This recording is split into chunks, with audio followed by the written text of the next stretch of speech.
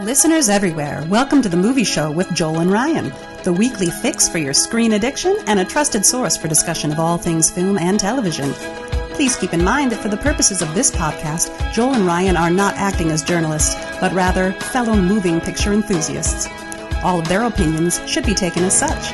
Also, please be warned that while Joel and Ryan may seem like petulant children, they are, in fact, adults who may occasionally use adult language. While they promise to bleep out all the worst words, it's a good bet you will still understand what they were saying. And now, with no further ado, here's Joel and Ryan.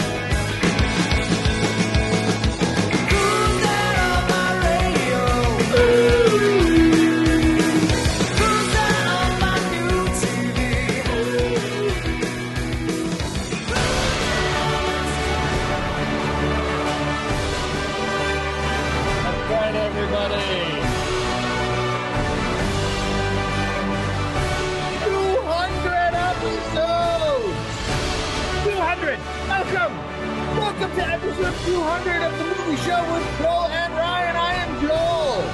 And I'm Ryan. And this really loud music is really getting in my way. Hopefully it's only 30 seconds long. Hey, welcome everybody. We are so happy to have you here. We have a very special episode 200, and when it's episode 200, you get everybody back. You get the gang around. Everybody who was happened to be around on a Saturday has no lives like Ryan and I. They're going to join. So we have Rob, Michael, and Brian.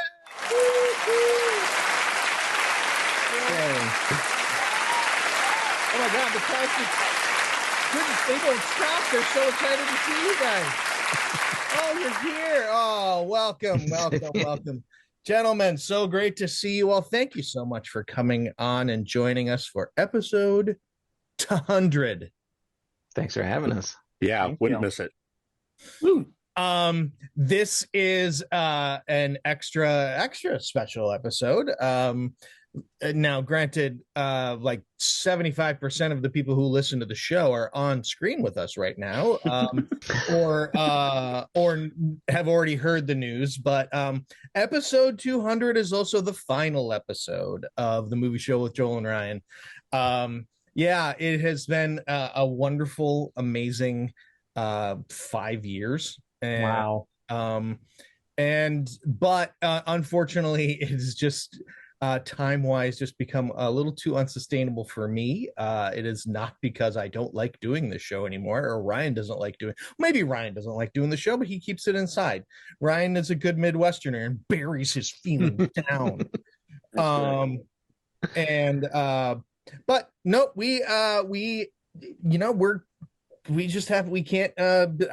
I personally can't sustain the weekly in order to give the kind of show that we want to give.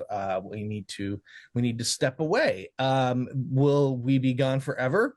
Probably not. I don't know. Maybe we No, I think we've left the door open a little bit on, it's our format and our shingle, and if we have something to say, we can poke our heads back in, and we can keep the Facebook page going, and we respond to all our messages very quickly. We get very good ratings on the online services for responding to our messages quickly, Joel.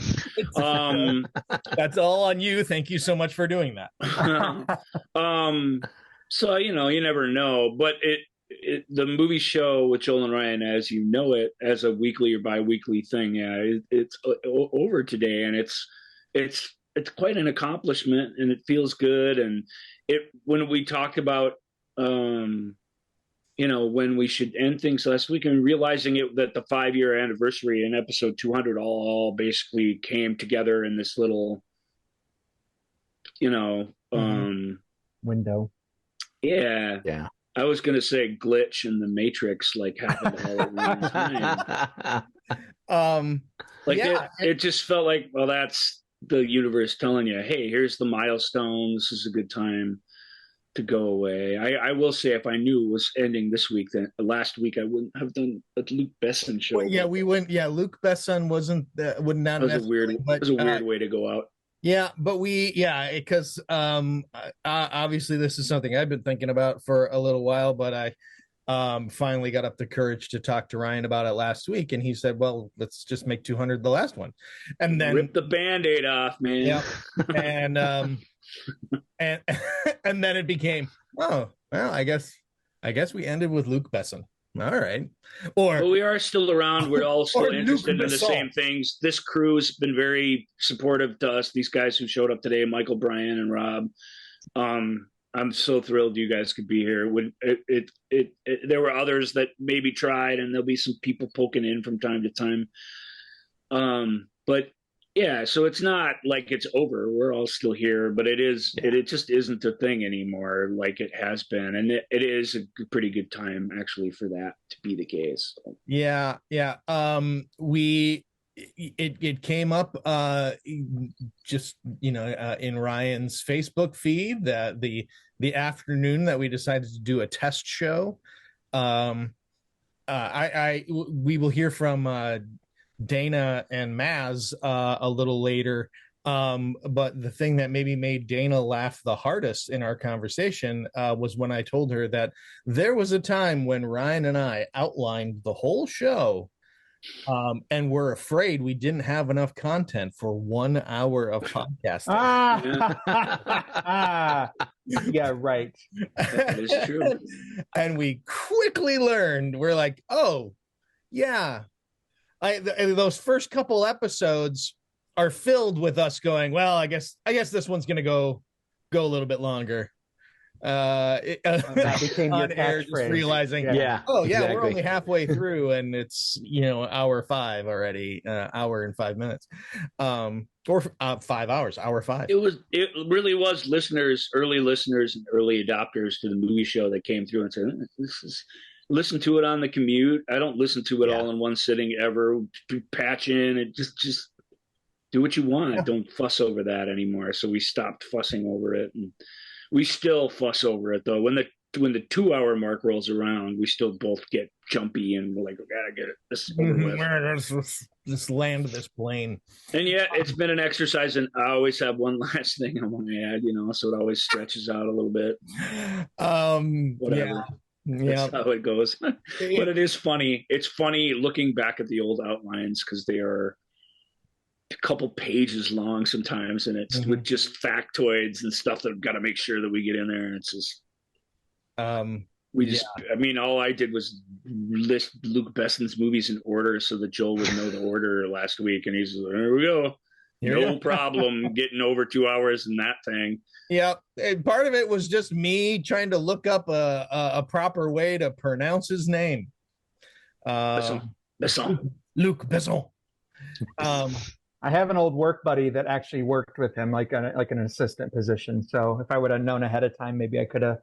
That's a fun show. He's an interesting filmmaker, and his early films really have a interesting progression to this. I'm only jokingly belaboring it, but I would have done an Abyss deep dive or something. I would have done something that I love for the last show, and what I ended up doing was this overtly commercial French dude I barely tolerate. And whatever, it is what it is. That's part of movies too, I guess. Yeah. Well, here we go. Let's get into it a little bit. We have had many different topics, 200 of them. Yeah. Sometimes multiple topics per show. We of course did the show where we talked about the shows we were never going to do. That was a fun show. But let's get into it. Let's do a countdown of some of our favorite movie show with Joel and Ryan moments. 10 seconds.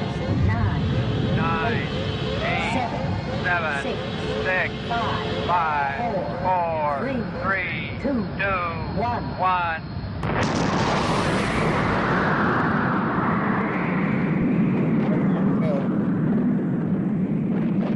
1. Thanks, Mother. Thanks, random redneck.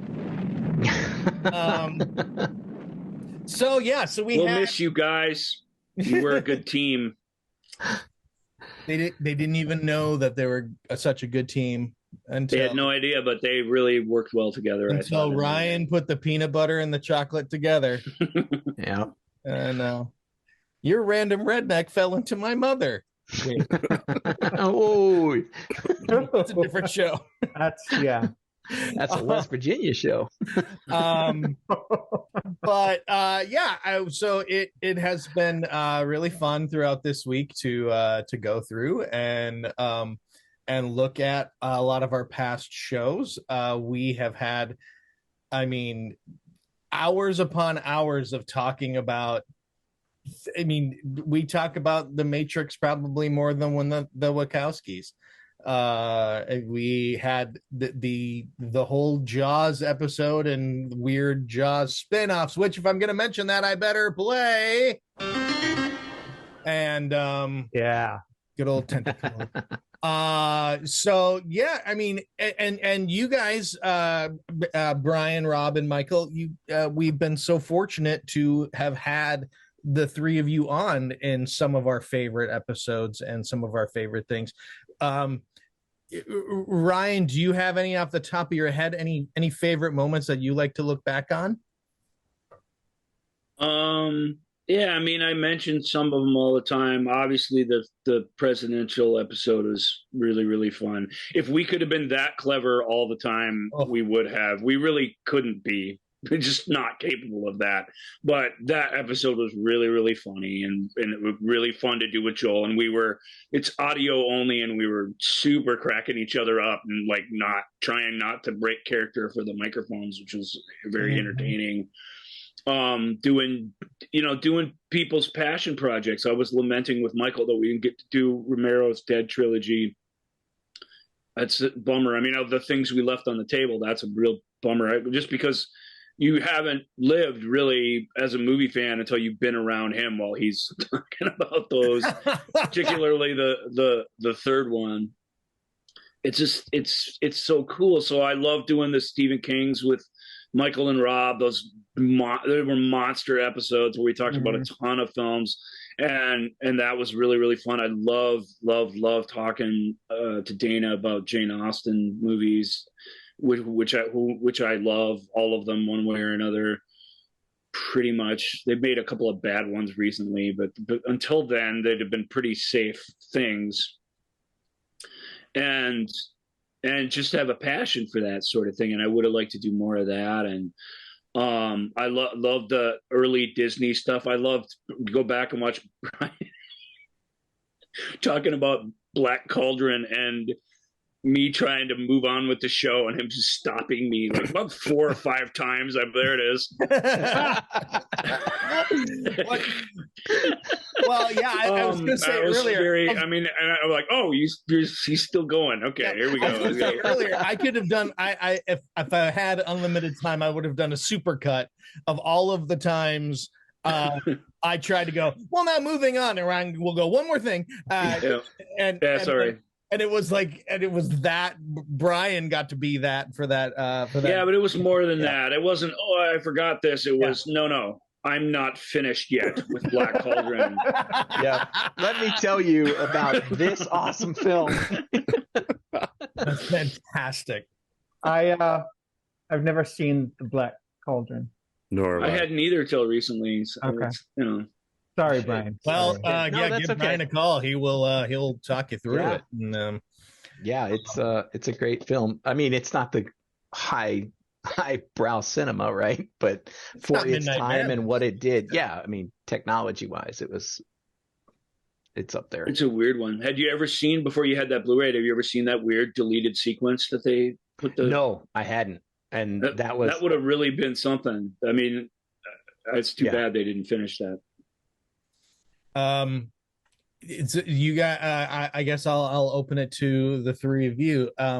As wonderful, amazing supporters of the show and frequent contributors, were there moments that you really liked from either episodes that you were in or episodes that others were in? Go ahead, Brian. Oh, I was going to say, I found the Jaws one. At first, I thought I was going to listen to that one and just be like, oh, well, it's Jaws, right? I saw that movie so long ago.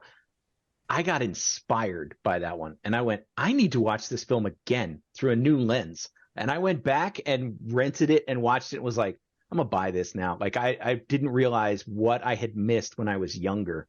Yeah. And so yeah, that episode. No, Was, we for all me, did. It's amazing how like it's this huge blockbuster entertainment. It's amazing how Yeah. like kind of Hitchcockianly perfect of filmmaking it contains. Like moment to moment, it's just incredible. So Yeah. that was a fun one to do. Think of that, Jaws and the Alien and Mad Max. We did 5 episodes. Episode deep dive on each episode of V, the mini series. That was what I was going to bring up. Was Yeah, go ahead, Michael. talking about V for 5 weeks in a row. Yeah. Well, I'll do that again. Let's do it again. Talk about every moment from V that happens. Well, the best, I think my favorite thing ever is the constant berating of poor Robin. It's just every single episode, there were at least like 5 digs at how just annoying and her poor choice making. And, it was a nice thing. I think that should have been added to every episode, non-V related from there on out. Just throwing a dig at Robin. Leave Robin alone, especially in the first 2 episodes. Robin, I get it. Like, I think Kenneth Johnson handled her better than she was. The nuances of that were sort of let go. No, I mean it's. I'm joking, of course, because it is a good performance, and it is an interesting character what she has to go through, and she pulls it off. But it's still fun to dig at her making "Let me go sleep with a lizard" choices. She's a foil for everyone and us, and it really is true. It's just like, what are you doing? They can't all be Juliet Parrish, all right? They can't. Those are words to live by in life. They can't always be Juliet Parrish. Right.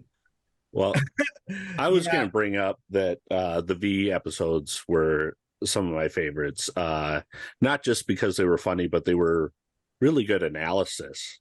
Like, after listening to it, my wife and I watched both the V miniseries. We didn't go to the TV series, but No. Why should you have? Good choice. But that was a lot of fun. And then my favorite thing to do on the show was the double features. I had a lot of fun seeing movies I hadn't saw a seen lot of before. new and interesting movies too, for sure. Well, that's one of the things I was kind of lamenting just when we found out that you guys were going to come to a close. Was I'm like, all the movies I saw because of the double features that I never would have seen, and I love that I have this extra, bit of education. And because 7% Solution didn't like it, but I'm glad I saw it. I tick it off my checklist, and and I'm going to miss that. I'm going to miss all those that exposure. Yeah. Gives me a chance to play Rob and Michael and Ryan and Joel double feature. Yay! Hey. That's right, baby. Definitely getting a list of films and be like, I've never heard of this or never seen it. Like, time to go rent this thing and figure out what it is. Yeah. Well, the fun part about it though was like you're so. I mean, I think we're all pretty well educated. Ryan and Rob probably more so than I am. But it's like just waiting to see what your cohorts for that particular episode are going to think about your choices. It was a great bit of anticipation every time we did it, and so when there was an actual consensus that that was a pretty nifty movie, you kind of walk away with your head tall. It's like, oh right, I introduced something that they actually appreciated. Oh, I wonder what that feeling would have been like. I know, right? No one ever. I liked Annie. You did like Annie. I didn't like Victory, but that's okay. I'm okay with anybody who doesn't like Victory because everyone has to have a flaw. I've got other ones that doesn't really go to the top of the list, but Victory is. I freely admit, Victory is not a great film, but of course, it's a soccer film, and so therefore, it's thumbs up. It's a really good movie, actually. I mean, maybe we just view things differently, but Victory's not a great film. Neither's Annie, for that matter. But it's a really good movie. What it does really, really well, and it does something that's unique. I love movies. I want to like movies. I only want to watch movies that I think I have a chance of liking somewhat. And if it, my favorite bit ever on the old Colin Quinn show, they had Patrice O'Neill on and Dennis Leary, and they were ripping on Operation Dumbo Drop, and Patrice O'Neill, also like not a great film, but a decent enough movie. And they were ripping on it because it was this huge failure, and it has this just immensely mockable name, obviously. Mm-hmm. But Patrice's like, what are you talking about? That's great. That movie's awesome. So you got, it's called Operation Dumbo Drop. It tells you what it is right in the title there. And if you show delivers up, what it promises. yeah, exactly. If you show up to see a movie like that with those people that came out at that time and were delivered that film, it's like you don't really have any right to be cynical about that. It's fun to rip on the name of it from, a mile away if you haven't seen it, which is what a lot of us did. But I always loved Patrice. Listening to him on one of those movies from the 70s VH1 things, he talks about, they were talking about all these crappy movies, and he talks about Orca, and he just keeps talking about the things that happen in Orca. Yeah, and then it jumps on an iceberg, and then it flips the guy, and he's just like, Orca's incredible. What are you talking about? Well, that was one of the things we talked about for the Jaws ripoffs, because all these things that I either hadn't seen or things that I hadn't seen since I was 7, like Orca was amazingly good. I was literally shocked that I was emotionally moved by that movie and impressed with I'm a everything little shocked about it. by that too. But Orca is good for what it is. For a Jaws ripoff, it's exceptional. Yeah. It's still just a hokey Jaws ripoff by a bunch of Italians who didn't get what was successful about Jaws. Yeah, but Charlotte Rampling's super hot, so there you go. That's pretty good. That's the buy-in. You're not wrong there. She's pretty good. I still think it's weird that she freaks out when what's-his-face dies, but when her assistant dies, she just sort of shrugs and is like, oh, well, who's going to make eggs in the morning now or whatever? It's just like, yeah, it's kind of... Well, I wanted to bring up, too, the fact that I love when we would do the double features, because it would be such a cross breed of generations and genres, and like all the stuff that Rob introduced. I think he was the only one that had the completely solid record, because we did what, 3 or 4 double features, something like that. Yeah, something like but that. I think every one of Rob's was a winner to me. So it's like, yeah, yeah, there you go. but it was those older classic movies, and I was introduced to those in the same vein that I feel like Ted Larson would have introduced them. You're expanding my horizons to something that I wouldn't have necessarily sought out on my own. So yeah, and bringing a lot of history and a lot of integrity. All of Rob's shows with us have been really, really awesome because of that. For those, the spirit of Ted really does live on in you, man, in a true way. And I'm glad at least we gave you a little bit of a format where you could share that with not just with us. I'm sure you'll keep sharing it with us, I hope, but with the world. Yeah, really Ted Larson, of course, we've mentioned him a few times on the show, was our beloved and very quirky film teacher in college. Film history, had an amazing collection. He was the kind of guy that even in class, in a film history class, he would get his buddy to come in and play the organ and do live organ accompanying silent films. Yeah. And so he's creating a score on the spot to go with it. And so we were really spoiled and really lucky in college to be able to have those kinds of experiences. So Ted Larson, shout out to Ted. Woohoo! Hey. Ted. We were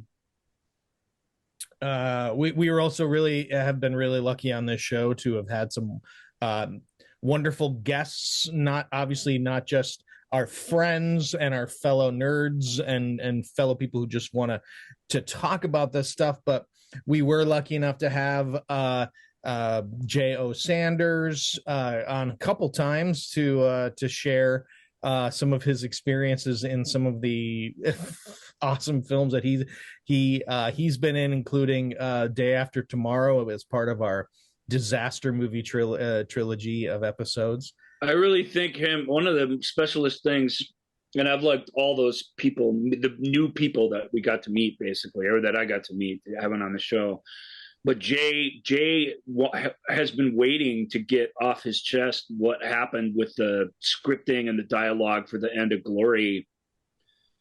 And his getting to get the experience of that, because he's joked about Glory a lot, jokes about the horses, he'll tell little anecdotes in public and stuff that make that people are interested in for his higher profile movies, and he's got this list of anecdotes I'm sure that he knocks out every time with true professionalism. But to hear him tell a story that was rough on him personally, and that he still feels kind of bad about, and that was, and that sprung about because of his really believing in the quality of the thing and wanting to do the best that he could.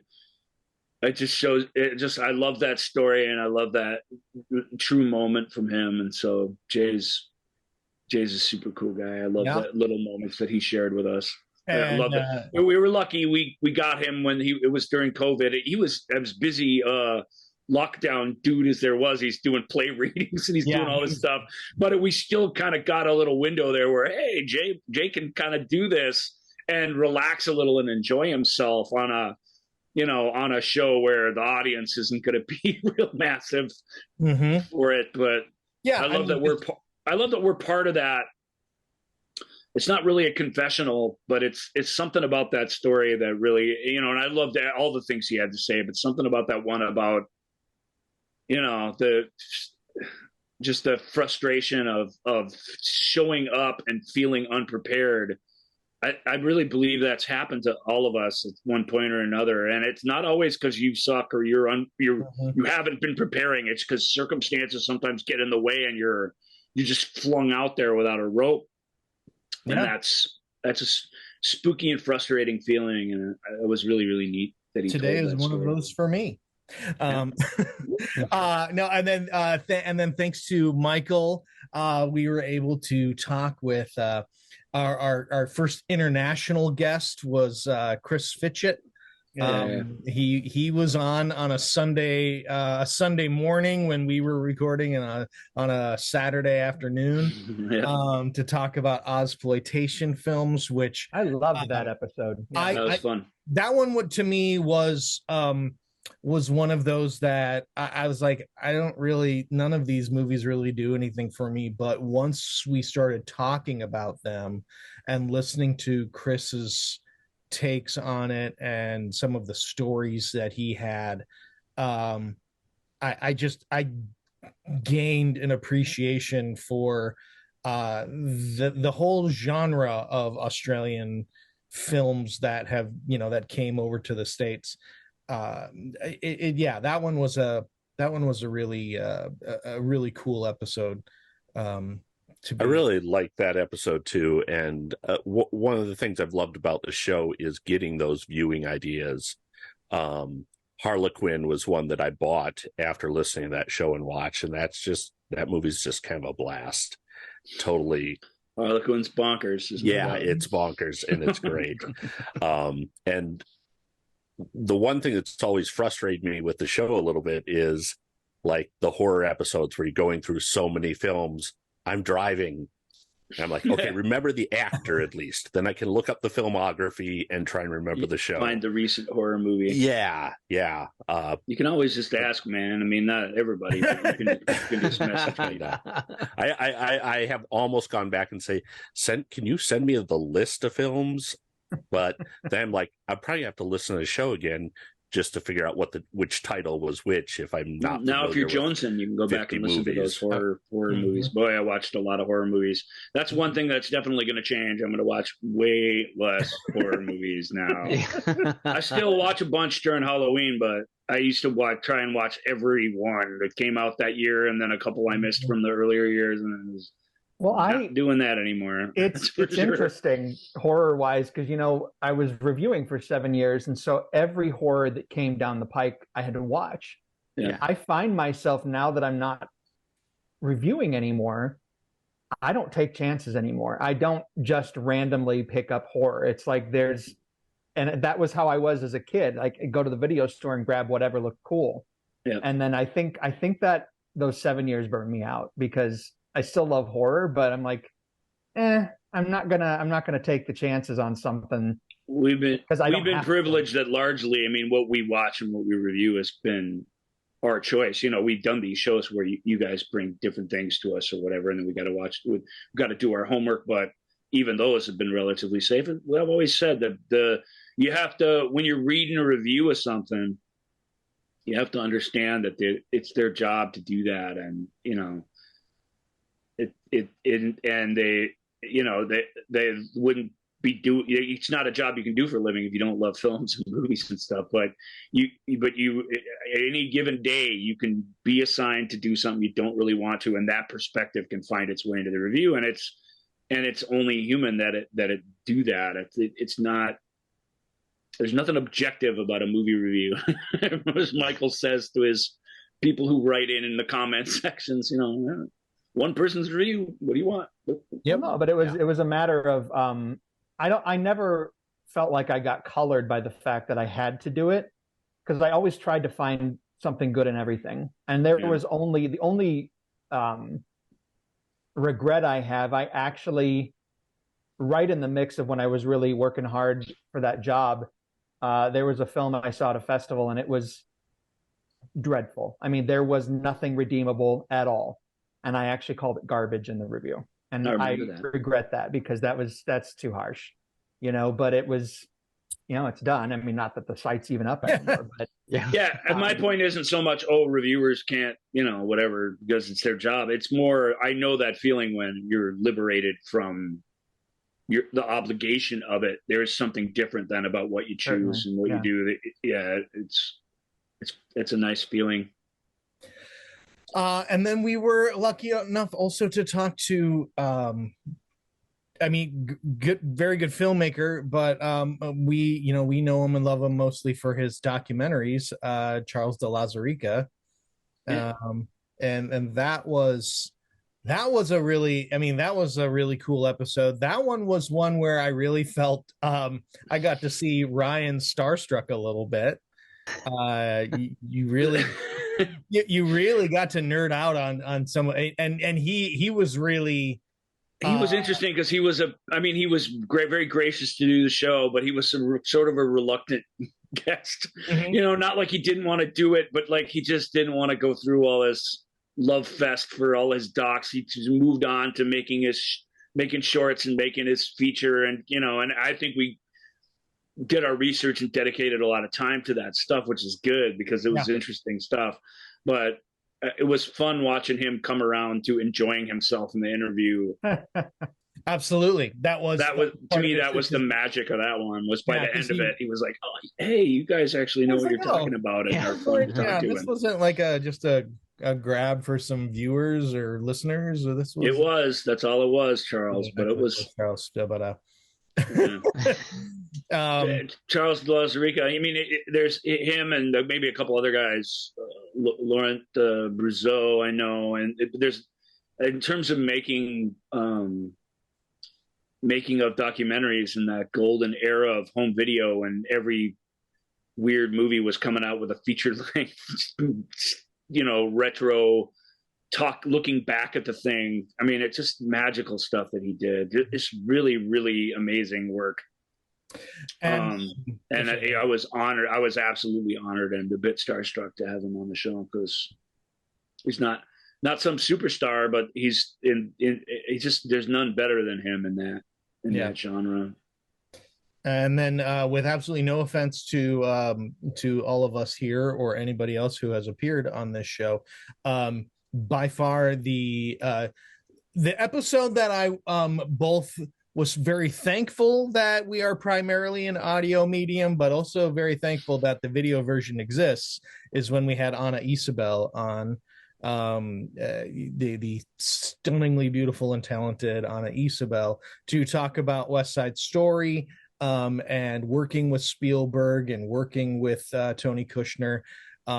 She was really, I mean, I'm lucky to be able to call her a friend, and the fact that she came on and was able to share with us a lot of the behind the scenes stories of how the environment that Spielberg created that allowed even a person playing Rosalia, a smaller role, but to give the actors, especially the actors of color, some agency and being able to speak up and help create West Side Story as it existed in Steven's. Help guide the thing in as authentic a way as they could, and obviously to Puerto Rican, that's an amazing thing to be part of. Honest anecdotes are really incredible to listen to, and that was a very fun show. But let's get back to Escape to Victory. No. Yeah. Look at the time.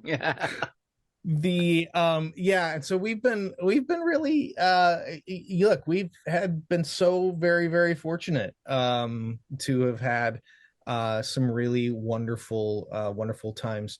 I think and Ryan mentioned our fantastic guests when the Jane Austen episode, and yesterday I was able to catch up with Dr. Mary, Maz, and our dear friend Dana, and this is what they shared about the show. Dana actually put a comment on your Facebook page about this. She just thanked you two for finally. One of my dream jobs was to be an internationally renowned film critic, so I actually felt like I got to do that. The favorite thing I ever did when you signed me up for the World War II missions, I had a blast talking about those movies. That was just so much fun. I will say that you improved my life immeasurably by having Maz on your show, because then I didn't have to watch the movies. I didn't have to hear about why they were so incredible. And I don't care. So thank you for enhancing my marriage through your movie. Actually, that's true, because when we did the 50s sci-fis, I just watched them quietly downstairs or in bed on my iPad, and Dana said, "What are you watching?" Said, "Oh, don't you want to?" No, I'm good. Great. Enjoy. It was so great. So I know you guys are stopping, but you could just casually call Maz once in a while and go through that with him. I would really, you know what? I'll send like pizza coupons your way or something just to thank you for your time. Thank you for your service. There you go. No, I had a great time. I've seen a few I wasn't on. The ones you did with Michael Klug, especially when you did the alien stuff, I thought they were very good. You guys certainly covered the depth and breadth, and talk about taking something that you two have nerded out on for 30 plus years and giving everybody the opportunity to nerd out. Like, well done. For example, I thought I knew quite a lot about the film, the big red one. You two, the in-depth information both of you knew about that movie was. Have you read a book that I didn't know existed about? You did kind of everything. I mean, you did remakes, you did bad sequels, you did bad 70s action movies. Did you do modern bad action disaster films? Yes, I did talk about 2012. I missed that one. Here's something I find interesting from someone who always aspired, fell into this trap about American movies and the American way. Whenever you see a movie about it and it kind of touches your heartstrings, the people in my life who were born American thinks they're incredibly cheesy and terrible. And I'm sitting there going, what stoic stuff. It's like, that's what the playing fields of Eton were sowed for. Moments like this. Look at Matt straddling that super English upper crust American can-do-itness in one weird sentence. Playing fields of Eton. Have you ever heard an American say that, please? I can promise you. Not this week. But you know what I mean? Like for example, I'm sorry, the scene, the speech. Oh, this is Maz's favorite. In 2012 about letting everyone onto the arcs. And he's screaming at the prime minister's going, "We can't restart the human race with an act of cruelty. We have to be kind." Everyone's going, "Yes, open the gates." And I looked across at Dana and she went, "Lame." No, you know what I want to say to you, Joel, in seriousness. I think that I learned two interesting things, and I believe you'll take this in the spirit in which it's meant. Oh God, here we go. Well, there's always editing. One, I learned how kind-hearted Ryan is, because when I would come out with, well, that was terrible, Ryan would always say, Dana, that wasn't terrible. You're being too hard. Ryan has like a really kind heart for kind of a lot of crap, I've decided. And two, you were very comfortable playing an important but second tier role in this podcast, which I found really interesting and would not have expected. And it allowed, this is going to sound condescending and I don't mean it to, it allowed Ryan and all of his like OCD about films to really shine, and you to play sort of the straight guy character as opposed to the swashbuckling lead. And I thought that really worked for both of you in fascinating ways and went against what I would have expected from either one of you. What makes our podcast different is Ryan's brain. Yes. Not just the encyclopedic nature of it, but the lines, the little push pins and string connections that he like a serial killer, really. Well, not unlike a serial killer. All right. Well, you guys are awesome. Thank you so much. Thank you for being on the show. You really, thank you for the show. You just made Maz's. You did, life. honestly. It was awesome. I enjoyed it. I really did. We both thank you for that. And we will see you, I hope, very, very soon. Take care. See you Absolutely. See you guys. All right. Take care. Bye. Bye. So that is Dr. Mary and Dana, dear friends of the show. And that brings me, does bring me to one of the things that I wanted to make sure we talked about, is the whole purpose of, from my perspective, the whole purpose of this show was to share with as many people who would want to listen my friend Ryan's amazing brain. It really is unlike anything that I feel so lucky to get to talk. And when we're like, we've been together watching, on a Sunday watching football and stuff, and inevitably topics just kind of start flying around, and it's really wonderful. And I know that's especially Michael and Rob, the two of you have known Ryan for many, many years as well. I don't want to speak for you, but I think that it is something. I'm saying this to embarrass Ryan right now. Is that that's one of the reasons why we love him is his not just the encyclopedic knowledge, but how the connections that are made and the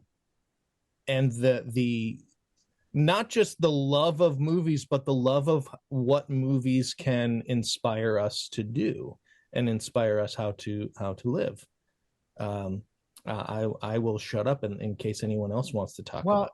I think what intrigued me about this whole adventure that you guys have undertaken and are now bringing to a close is I was reminded of those countless hours back at Moorhead State of the three of us talking about movies and playing the movie game. And I just feel like this is a natural extension to those hours of conversations and all the introductions to movies from each one of us to the other two. And I don't know, I think it's so important to recognize your fellow movie nerds and to appreciate them and to know how important they are, because you can't have these kind of conversations with the casual moviegoer. They're not connected. They're not in it for anything but the surface rush. And I appreciated, like I said, making this an extension of what we'd already done for 30 years. This is just, it seems such a natural place to go in and, okay, it's formatted in a way, but this is just what we have always done.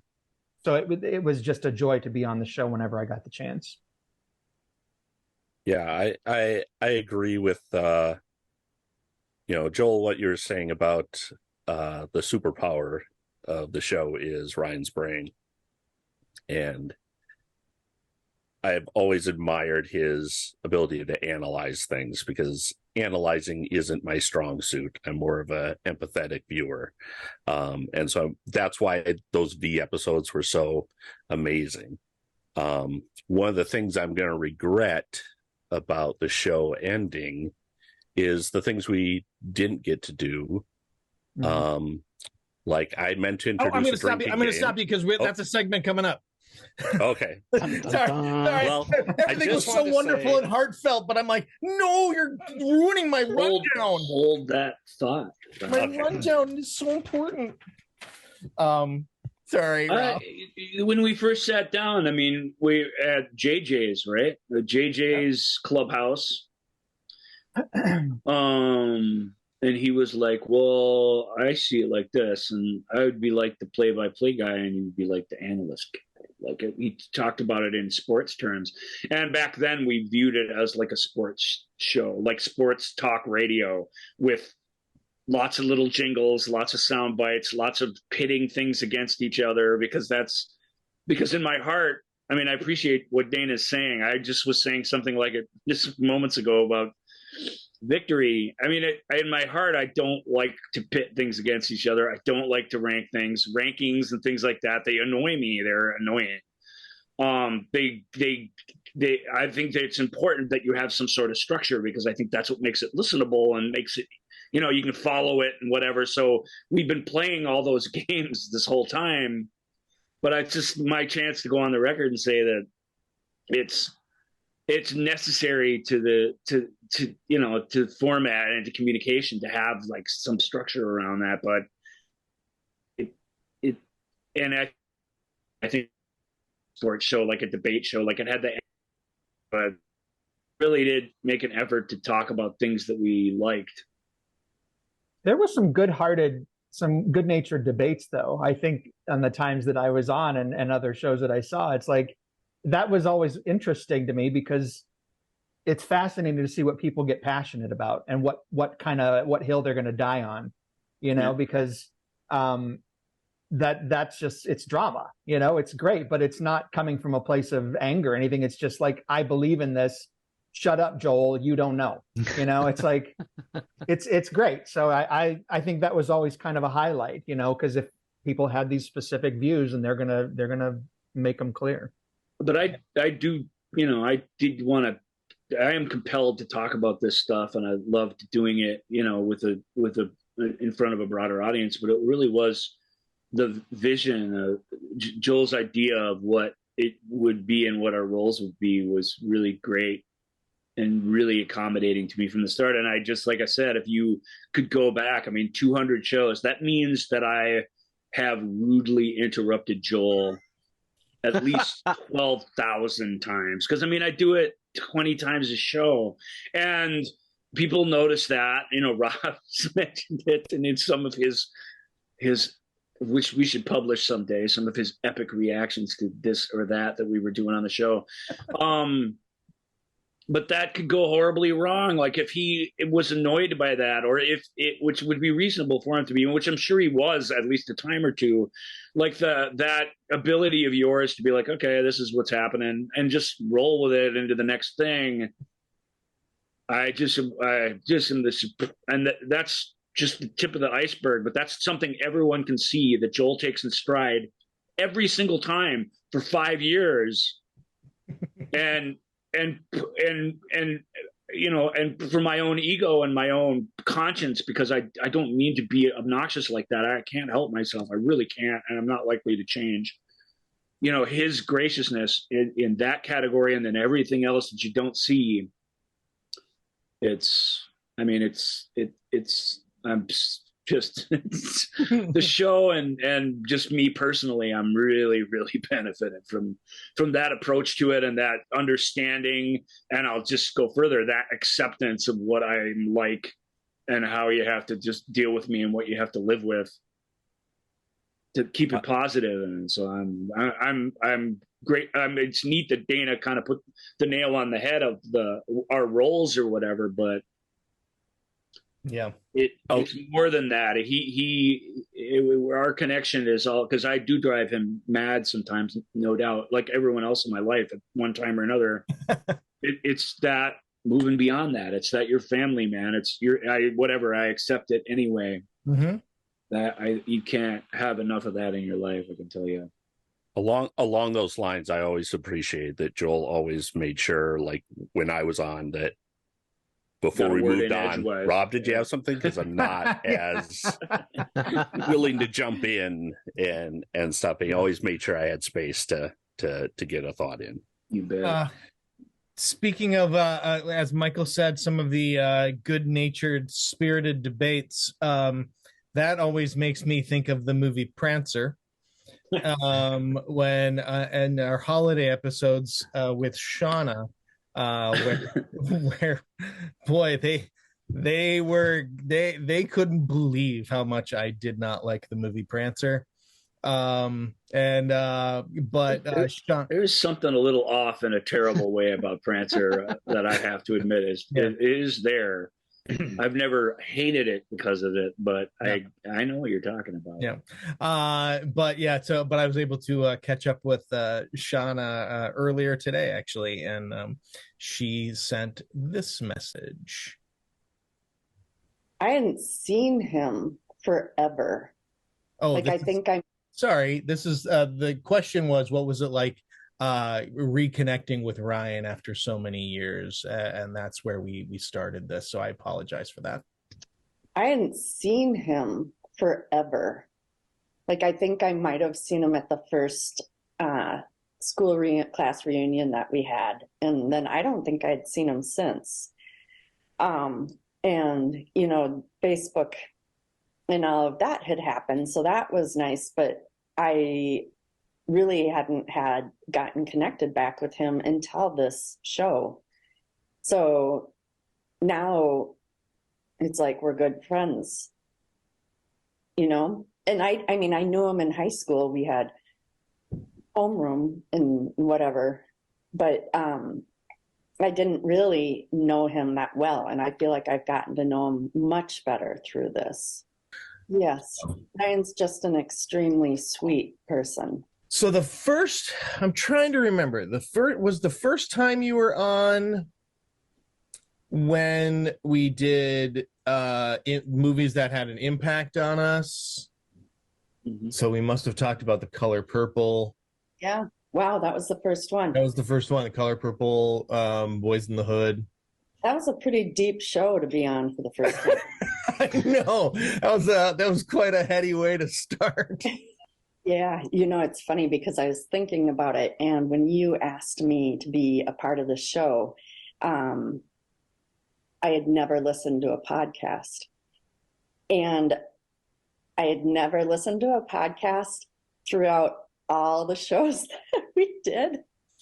So I finally did, after the last one I was on, and I realized really what the setup is, and kind of it follows a certain type of, schedule or whatever.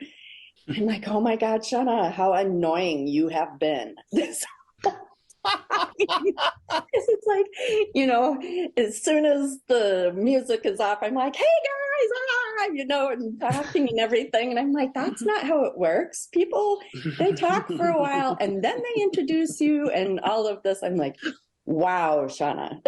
I loved it. And I'll tell you what, had you guys never asked me to be on this, I never, ever would have thought that I ever would have been on a podcast, ever. I never even listened to them. I never would have thought I would have been on one. And even when I tell friends or my husband even, it's like, what? You're going to be on a podcast? Why do they want you on the podcast?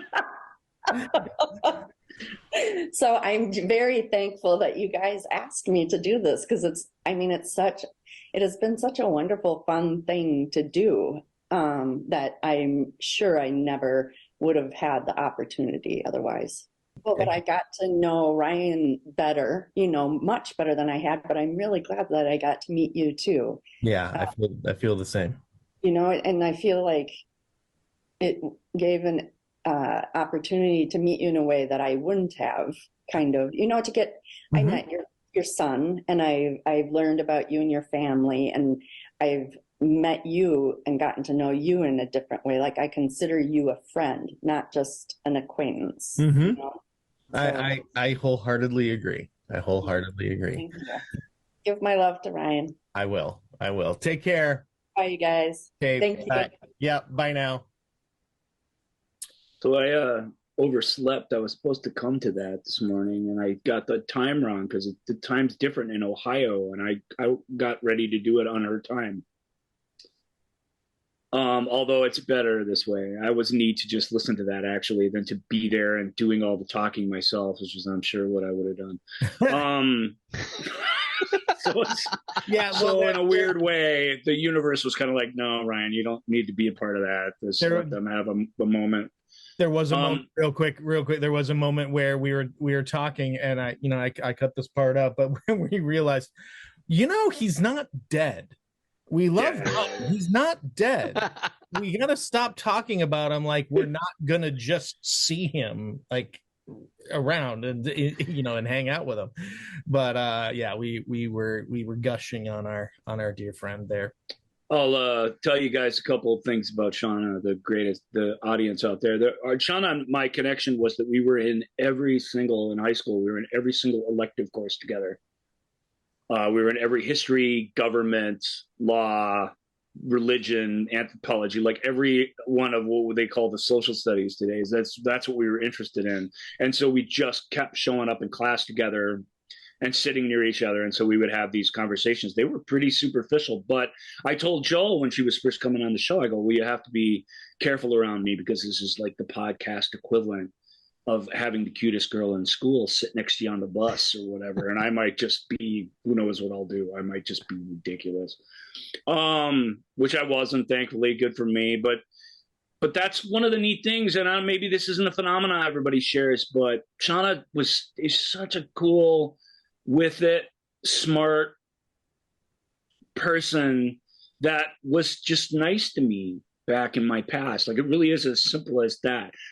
Paid a little bit of attention to what my interests were, would ask me about them, because I'd be inclined, I'm not shy, but very, very introverted, and I'd be inclined to just sit there and not interact with people and just be in my own head or whatever.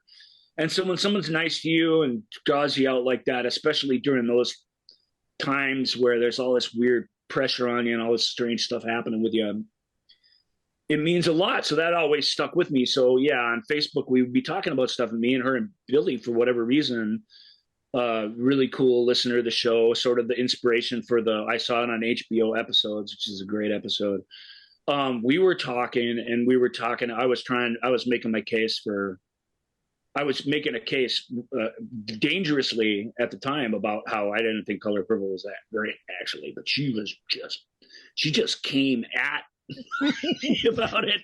And I remember going, okay. So then when we were chatting later about it was the Stephen King episode that got Shauna on the show. She's like, I remember, she goes, ever since I saw, what's the movie, the vampire movie with James Mason and Salem's Lot.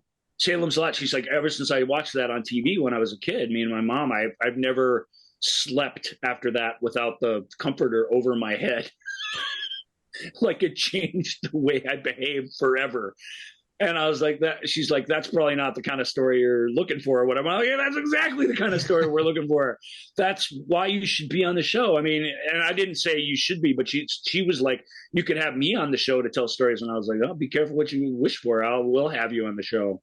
And when it came up that it would be Color Purple, I was like, oh yeah, that has to be Color Purple, because damn, girl, your passionate defense of that was amazing. So let's get her on. But long story short, I'll just say this, because my experience with her is the same. We weren't like fast buddies in high school or anything like that. It was more, she's just somebody I admired a lot and had a lot in common with. And we found out we have much, much more in common even than that.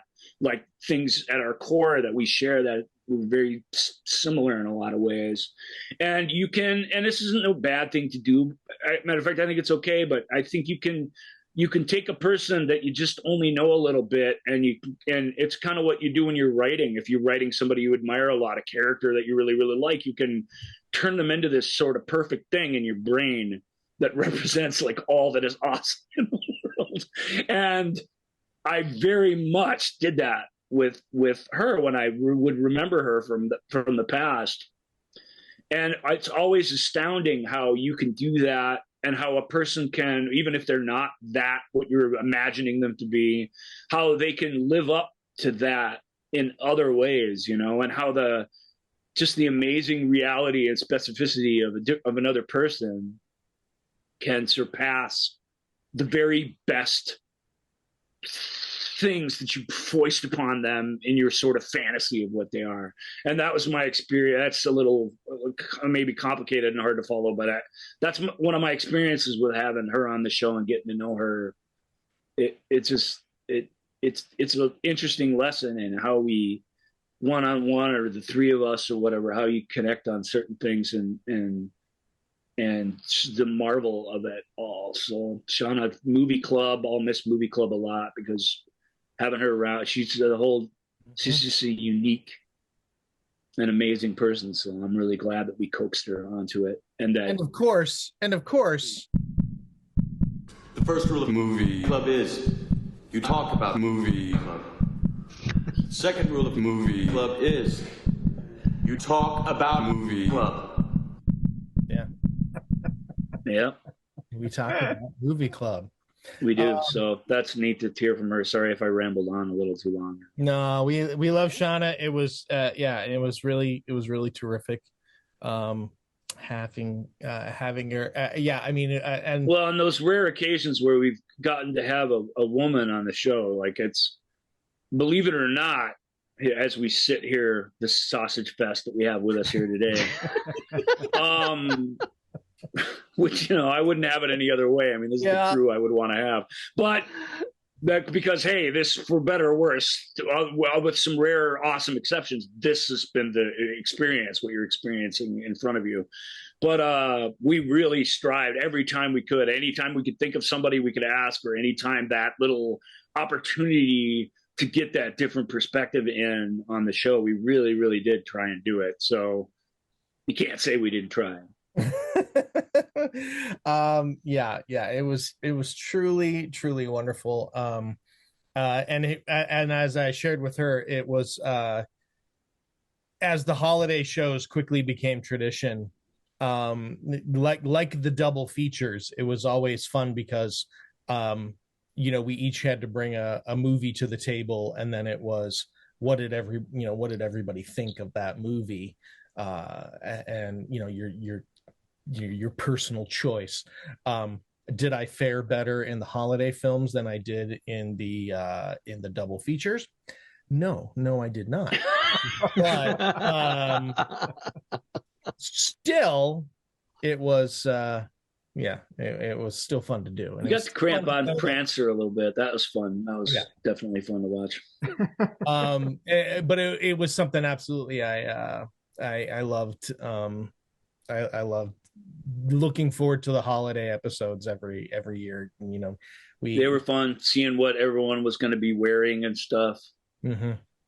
Yeah, Ryan, when you talked about having, trying to have different people on, a little diversity or whatever, it reminded me of when you had George and I on, and really focus on some representation, and that is actually probably my favorite episode, to have done that with my son, and to have you guys give that exposure, that representation.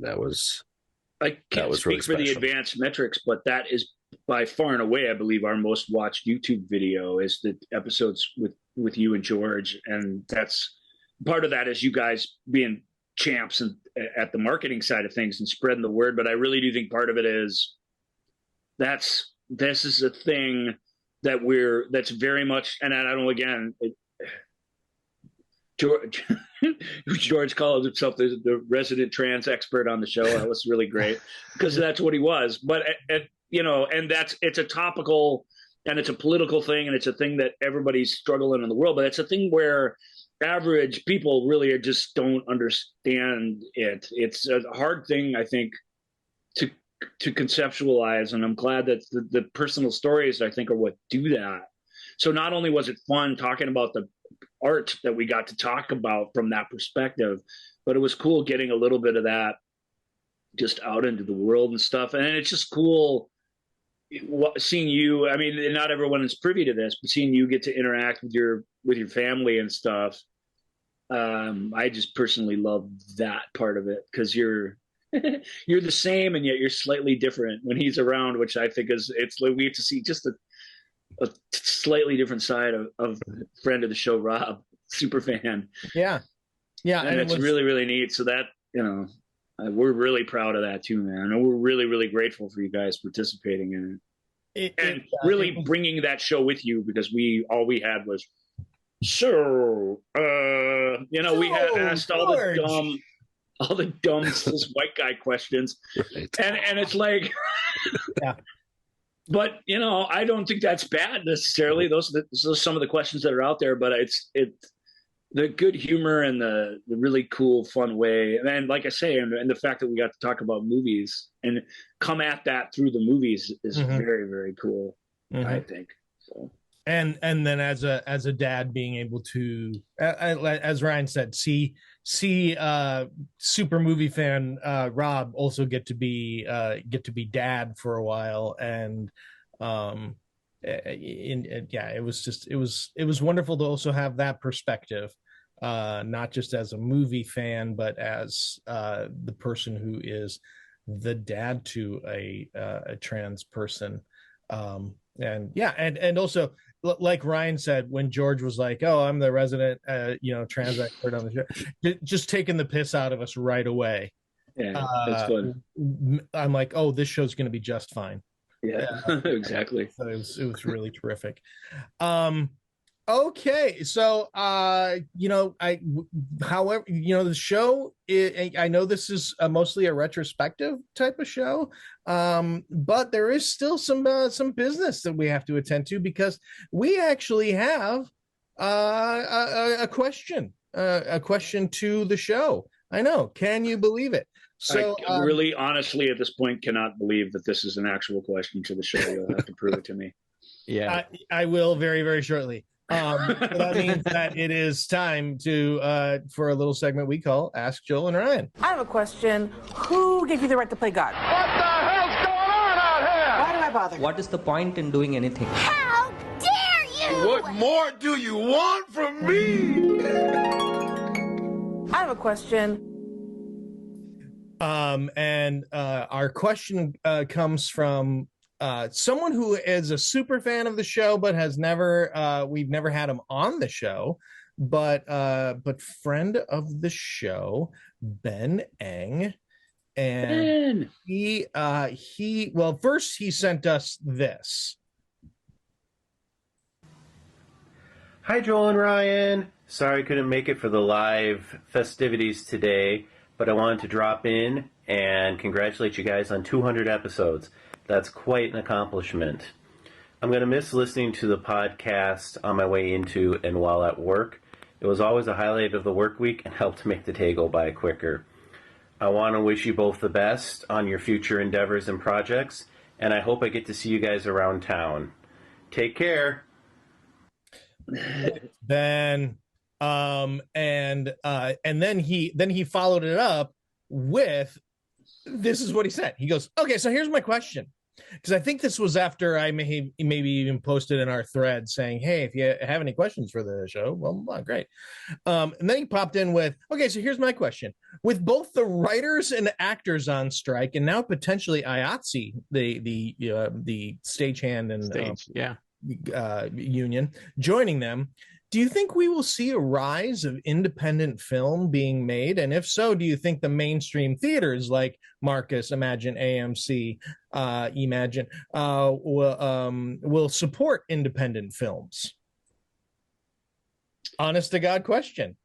Yeah, it's a good question too, because it's the independent producers right now are the ones getting the waivers from the unions to continue work for the most part. Now, not everybody's getting cooperation, but I mean, there was an interesting article that pointed out how many A24 productions got waivers to continue production the other day. Mm-hmm. A24 is not some indie studio. They're a small production studio of that's very much part of the larger machine.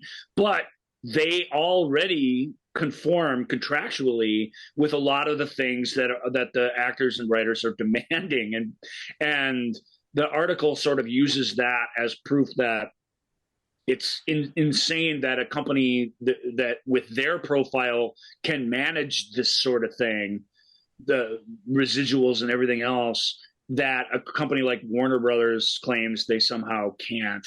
I don't mean to single Warner out, but what did Warner do the other day? They trimmed the trees so that the protesters wouldn't have enough shade to walk in. I mean, that was Universal, I think, wasn't it?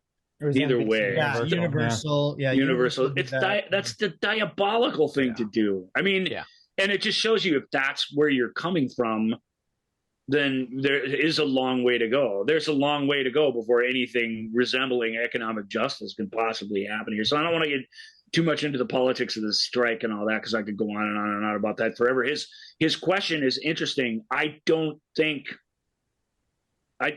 so. I don't think it's going to inspire more independent stuff. I think there's a ton of independent stuff already out there. What might happen is that stuff gets more of an audience when the strike catches up with the content. They're talking about moving Dune into next year and some other things because they can't even get the actors to go out and promote the stuff or really do anything like that. But at the same time, it's what would happen if tomorrow they took away like 50% of the content that's out there? Would it change your life much? I mean, it wouldn't.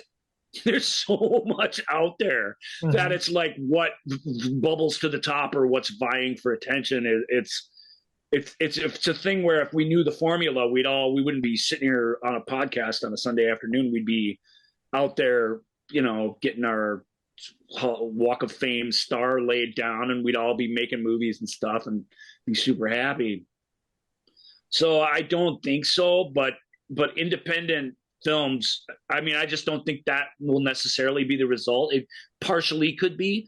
It is a great question, but I do think the way that independent producers and the way that smaller companies and the way that true independent productions, which Michael's been involved in a couple recently, the way they interact over these types of issues is a big part of what's going on, and so there'll be a lot going there. I don't know, Michael, do you want to? Because you guys really have done, well-sized production features that really are independent. Well, because I was seeing the meme going around about A24 and that they do what they're supposed to be doing and that they're independent. And it was interesting. And a friend of mine posted, he's like, I've been seeing this all over the place. And he's like, let's be real. A24 is not an independent film. They're not it's like, exactly right. It's not the same thing. Yeah. I mean, their projects are, like, they're modest films compared to the big Hollywood films. So they're very much part of the studio system. So absolutely, and I think they're a small part of it, and it is worth noting. I mean, the article is worth noting but you shouldn't view your A24 movie when some big star decides to do something low budget like that. That's an indie. That's just isn't. It's questionable to kind of big indie is what they call it in the industry because it's still.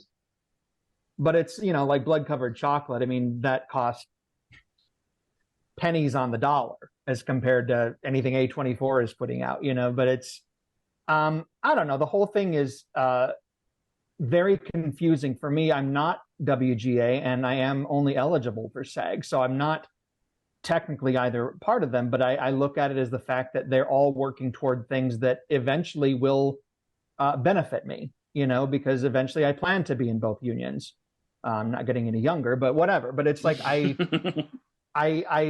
it's such an interesting time to be in LA when this is all happening.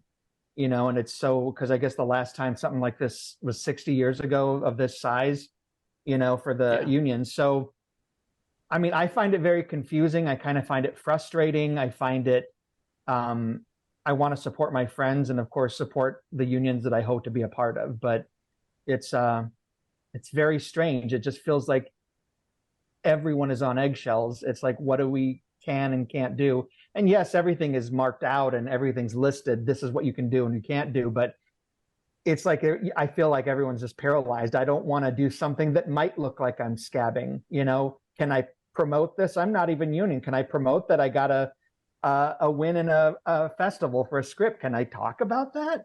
It's just everything's so, and I'm not even union. So right. It's a crazy, crazy time. I'll say two more things real quick about that answer Ben's question. One thing that I know will happen on the streaming services is that you will find more new shows that are old than you ever have before. There are it ain't just the new release wall. There's been tons and tons and tons of stuff made in different formats over the past few years, a lot of which just came and went in a rush, and that stuff's, a lot of people didn't watch it and it's still there, and when they go hunting for new things, they're going to find old things that are new to them, and I think that is cool. I'm curious, like the fact that they removed the last season of Westworld, right? Is that Universal? No, that's HBO. HBO. Yeah. But it's like, are you gonna, now you removed that because you didn't want to apparently pay residuals, but are you going to bring it back now because you need content? I'm kind of curious. No, well, the Discovery jury is out on Westworld. They threw it out on a pay service. They kicked it out of Max, and they don't care about it. So, and they certainly don't care about it to the point that they want to pay an extra nickel for it. Yeah. But Westworld, I mean, that's fun. That just shows you how the system is broken, because that show is not for everybody. But I mean, it was a big prestige show that got a lot of those, headlines and a lot of those reaction shows and stuff. And like it served that purpose out in the public discourse that they'd wanted it to, and they still they're still not treating it very well. So that's a bummer. But again, we don't really. I don't lament the ensemble for Westworld so much. You really need to look at this from the average Hollywood writer in the WGA makes about $69,000 per year, and that's a good living. But that's not the millionaires and trillionaires that people think that all the Hollywood people are. They need to really realize that these unions exist because these actors, and especially today, the people who show up who are on some sketch comedy, on some sketch on like Jimmy Fallon that you've never seen before and will never see again. I mean, that's a union actor that is just getting by in life. Those people really all need to be protected, and it's why they need the union. And it's ludicrous that people who were featured in television shows that are still popular today get sent residual checks for 18 cents for last year's. That's absurd. That's going forward. That's how people are going to make their money. And the way the studios are circumventing that, the Westworld examples is one of many, is horrendous. So it's going to be interesting to see. It's going to be interesting to see how things shake out. But they're not close. They're not even close. And I don't know how they're going to get there. And so I don't really know what's going to happen. Things are going to change.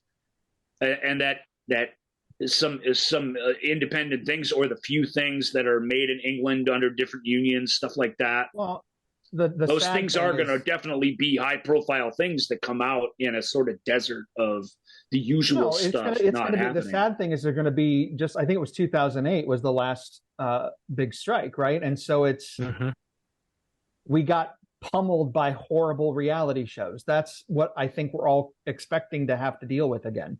Yeah. The rise of all those awful, awful, awful shows, which of course make a lot of money and a lot of people do like them, but they're like at HBO, those are the people making the decisions now, are the people built on the pillars of reality television. Max was built. The whole, not even Max, the Discovery Warner buying everything and just changing HBO to Max. That was built on the back of the Duggars. So. And it's even weirder in that we're at a weird turning point here, where at the box office, even for big movies, where you look at the things that are becoming big hits and the things that are doing worse than they've ever done. I mean, we never thought we'd see, like, Fast and the Furious could barely clear 150 million domestically. Those films were making $500 million domestically routinely. And people, mostly, they're just not going to the theaters. I think the audience for that film's probably about the same size, and they just think they don't care anymore.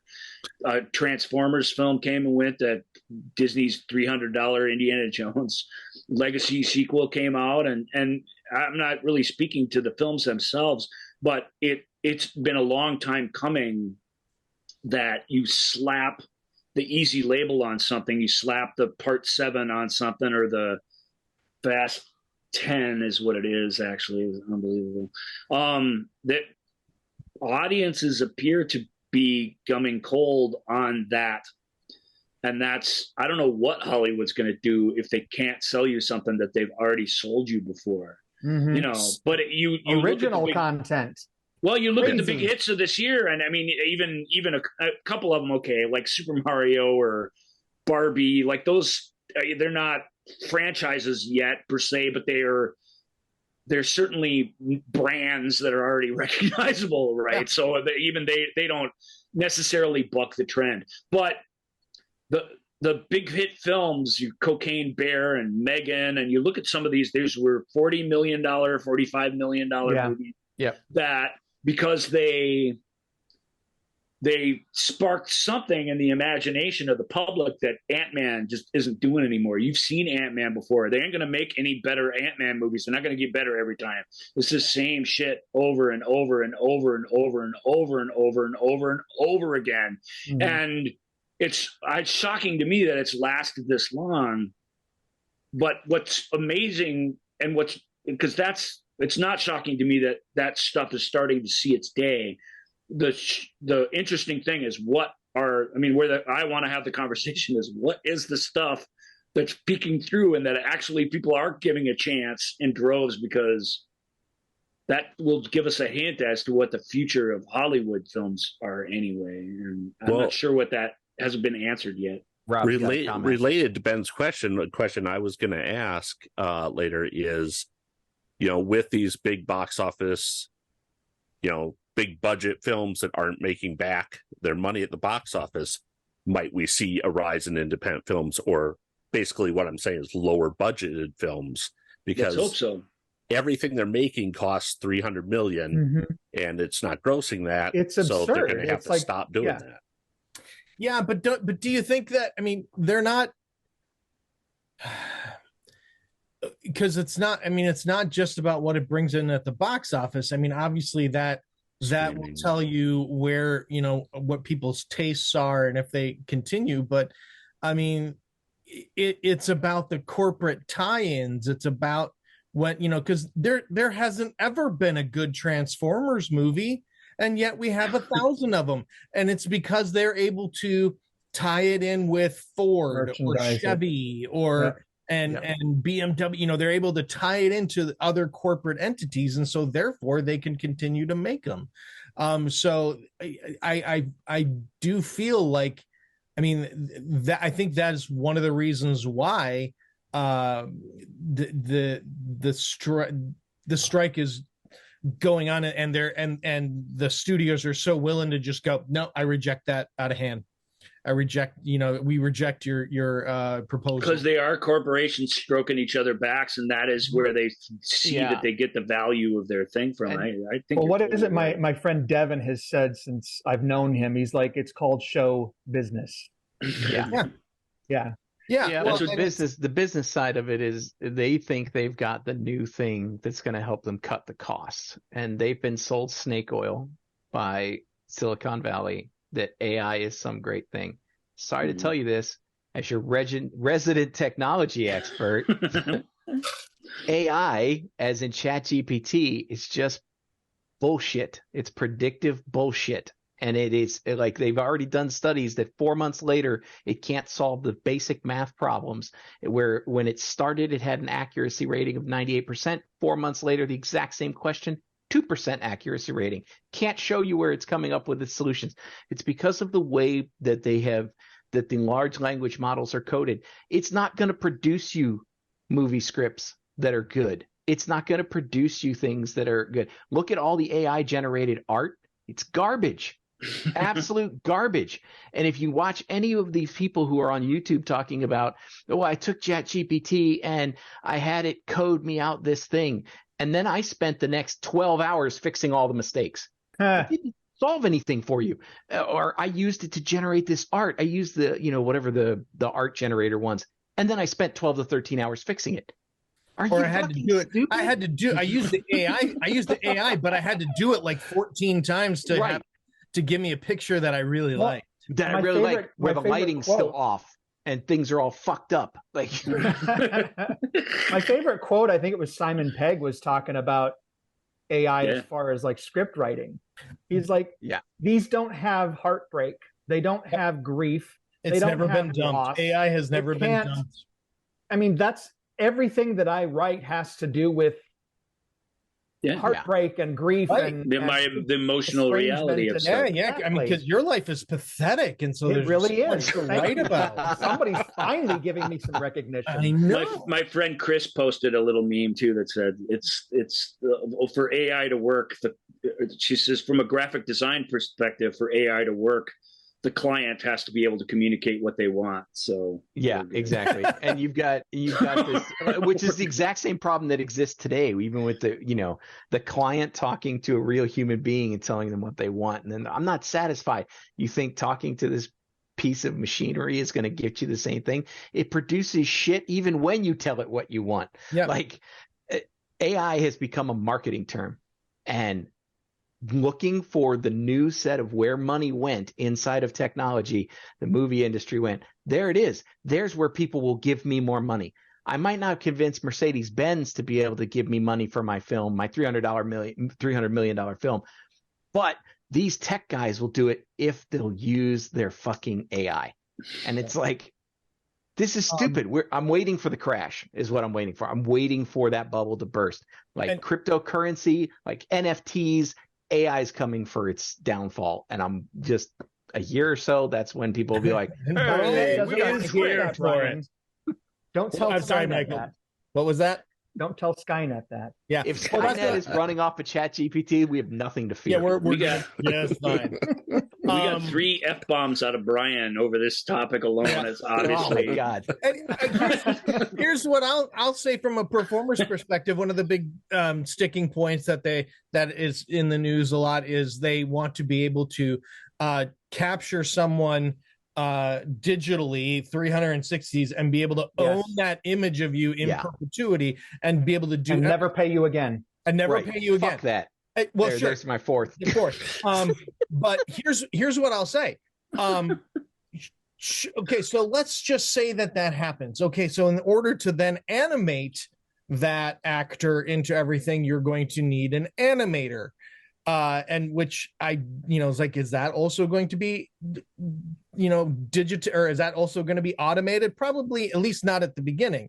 So the argument might be, well, this way we don't have to pay the actor. We own the image. We won't have to deal with an actor talking back. They'll always be on time. Taking out that human element. But if you take that, Ed Norton. Yeah. If you have an animator, you don't think that animator is ever going to say, I just don't see my character doing that. You're never going to get away from people wanting to come in and say, and I mean, look, we are at a continual striving as a culture to just to see just how dumb we all can be. But I still, I do not think we're quite there yet where people are going to be like, sure, I like all my entertainment, looking like an uncanny valley. So, and that's really the what they're fighting for here is the ability to hire an engineer or some programmer in Unreal Engine to mock up a model of an individual, take the skin that they shot of 360, slap it on there, say thank you, you're gone. You get the next person who just writes text content, which if they want it, that will be ChatGPT spitting out its nonsense, and then you're going to have John Wayne walking onto the screen spitting out nonsense again. Personally, I'm not interested in going to that film. Right? Yeah, I don't want to see it. Yeah, and it's not, and really, it's not even about movies. It's about I want to be able to have John Wayne sell me toilet paper. Right, because the advertising dollars are what powers most of these streaming services now. They went with the whole we're going to have people pay for content and pay you every month, and they realized that in order to produce their own content, they need more money, and the only place they could get money was advertisers. So now all of our streaming services that we pay for are forcing us to watch commercials, so that they can get money. Streaming, it's the new cable. Yes, it absolutely is. Absolutely. Hey, Brian, because we're moving into the final quarter of the show, and this has been awesome conversation that we've had. Ben, thank you for your question. Holy smokes. Yeah. See audiences, what could have happened if you just sent us in questions all the time? Yeah.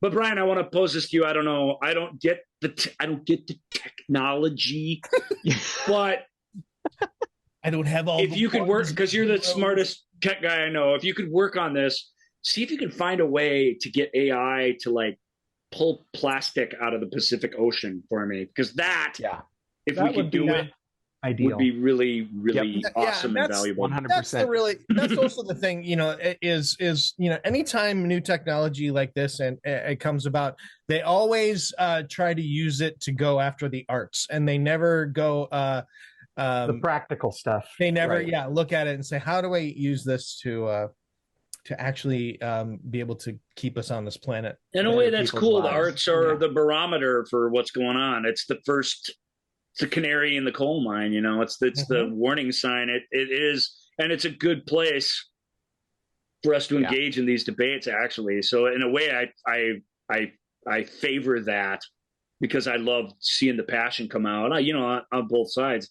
AI is a pretty neat tool. The opening 25 minutes with the de-aged Indiana Jones in that Indiana Jones movie is amazing. I mean, it's remarkable. And you still needed a team of humans and animators to make whatever gobbledygook the AI spat out at you. But the AI did that, 65% of the work, so that it didn't take $10 trillion and 18 million people to get it done.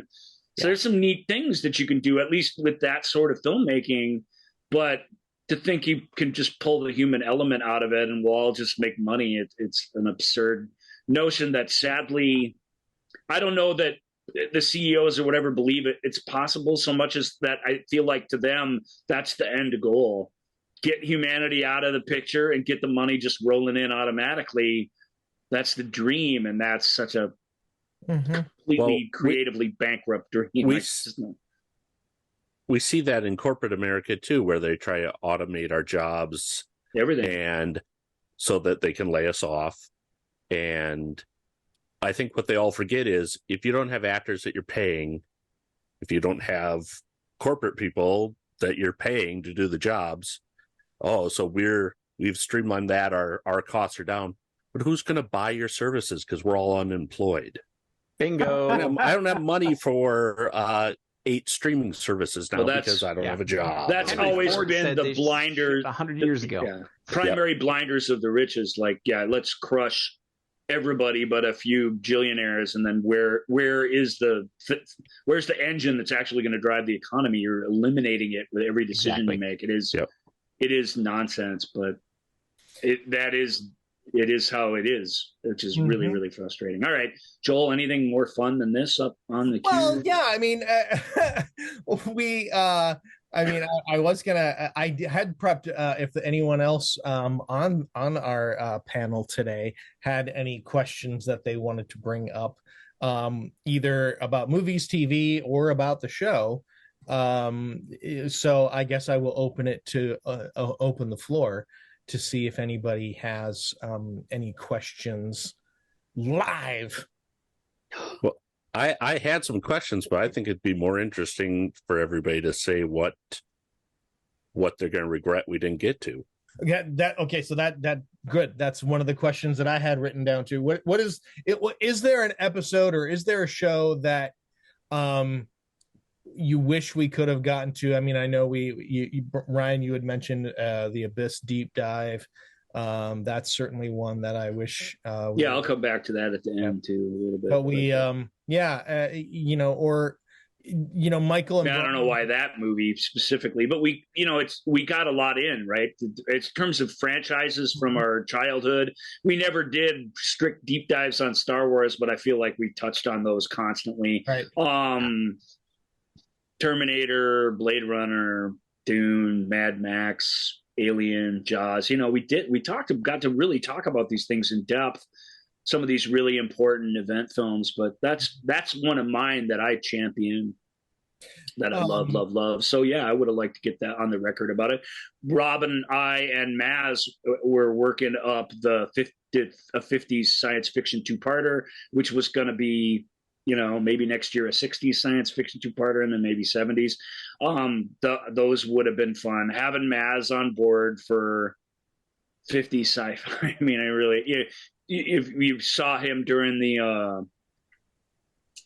Harryhausen episode, you get the sense of what that would have been. That would have been a lot of fun. So, so there's lots of things I'll miss. Rob, you had a couple on the tip of your tongue. We were in the middle of a couple of series with Rob that we won't get to finish. The Hitchcock, that's too bad. But yeah, I regret not getting the Hitchcocks. And that 50s sci-fi one, because part of that was a double feature that I had thought we'd do, and that one sort of got scrapped. It feels like there's a lot of things, probably like you're talking about, that, well, let's hold that, and we'll do that later. And now it's like, well, maybe we shouldn't have held it because, maybe we shouldn't have done Luc Besson. We could have done The Abyss, like you were saying. Right. The other thing I really regret is not launching my drinking game to go along with the show, where every time Ryan interrupts Joel or cuts him off, you take a drink. But that probably was going to open you up to lawsuits for alcohol poisoning in some episodes. Or a drinking game for how often Michael says, I find it interesting. I find it interesting. Shut up, Joel.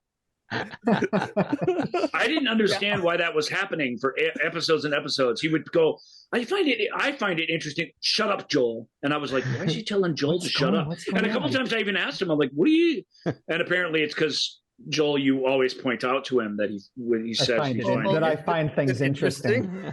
Well, I mean, for me, Ryan brought up earlier, is like, I would have loved to do some deep dive into some Romero territory.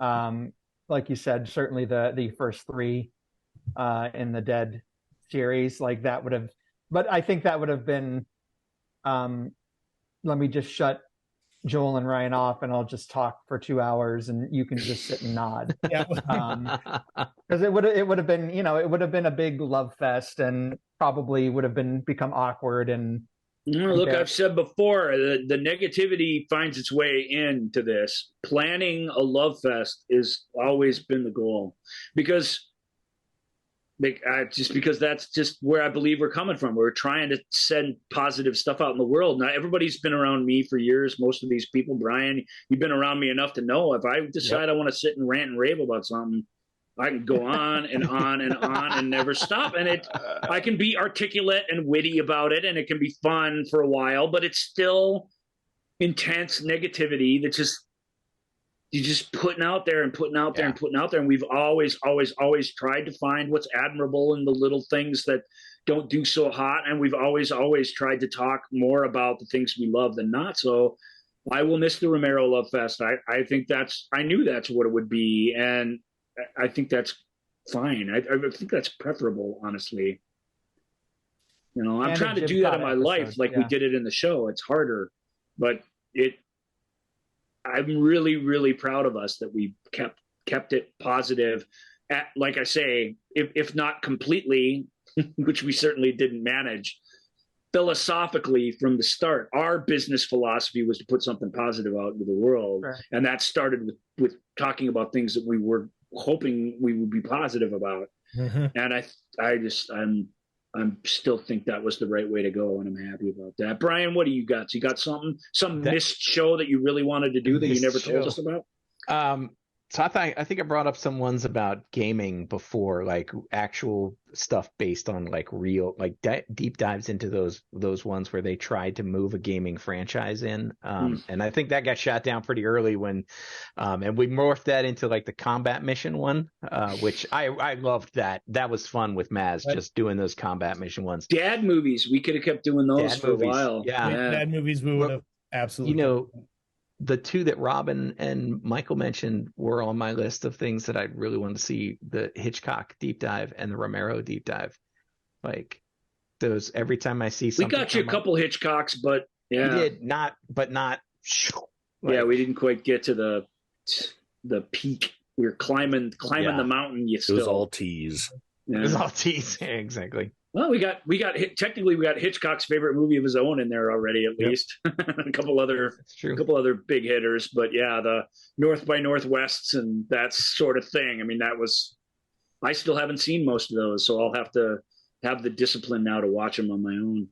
Well, I know, Ryan, you expressed very clearly that we would never discuss, like, say, the Friday the 13th franchise, but I wonder if there would have been one of the more reputable franchises in horror that you'd have been like, I can handle this. Well, I already said the Dead movies. I mean, It's not Friday the 13th, not reputable. It's monster. I've just always said there's no good Friday the 13th movies. There's not a single good Friday the 13th movie. That would have been an interesting discussion because you're wrong. Yeah, but it would have, I'm telling you, it would have gotten old, especially for somebody who thinks there might be one, being on my show with my name on it, talking to me about Friday the 13th movies. It would have been brutal. That's not the kind of energy we're trying to put out there. And there are a lot, and it doesn't just go for bad films. There's good films and really, really popular ones amongst our generation that Joel and I avoided precisely because I really, really don't just think they're bad. I don't even necessarily think they're bad. I hate them. And I really try and leave my hate at the door when we do the show. I mean, I make it a rule, in fact. And so we snuck thoughts on a few of them in, thanks to an idea that you had. I'm not going to reveal what it is, but you'll remember it. And it was the way to do it. So, but no, I mean, if you can think of a horror franchise to talk about, I could give it the thumbs up or thumbs down, but no reputable ones are coming to mind. Well, Nightmare on Elm Street's a pretty reputable series. They're terrible, though. They're terrible movies. No, they're not. They are. I'm with Michael on this one. I had a couple. I mean, and we talked some of these ideas. I would have loved to have tried as B segments, because B segments were really where Ryan just let me go and figure out what we wanted to do. I wanted to take all movies with bears in them and compare it to versions of Battlestar Galactica to see if Bears beats Battlestar Galactica. Once and for all. I mean, not just to see what happens, but to definitively prove if Bears beats Battlestar Galactica. The top 10 grumpy Wilford Brimley line readings was one that I thought would have been really fun. I totally would have been on board with that. I don't want to stay out here anymore. I hear things. I hear funny things. I'm not gonna harm anyone. Come on, man. Let me inside. I'm not gonna harm anyone. That is as good a one as it comes. I told you. My favorite ever, though, from TV. It's when he is the postmaster general when Kramer decided to deny all his mail.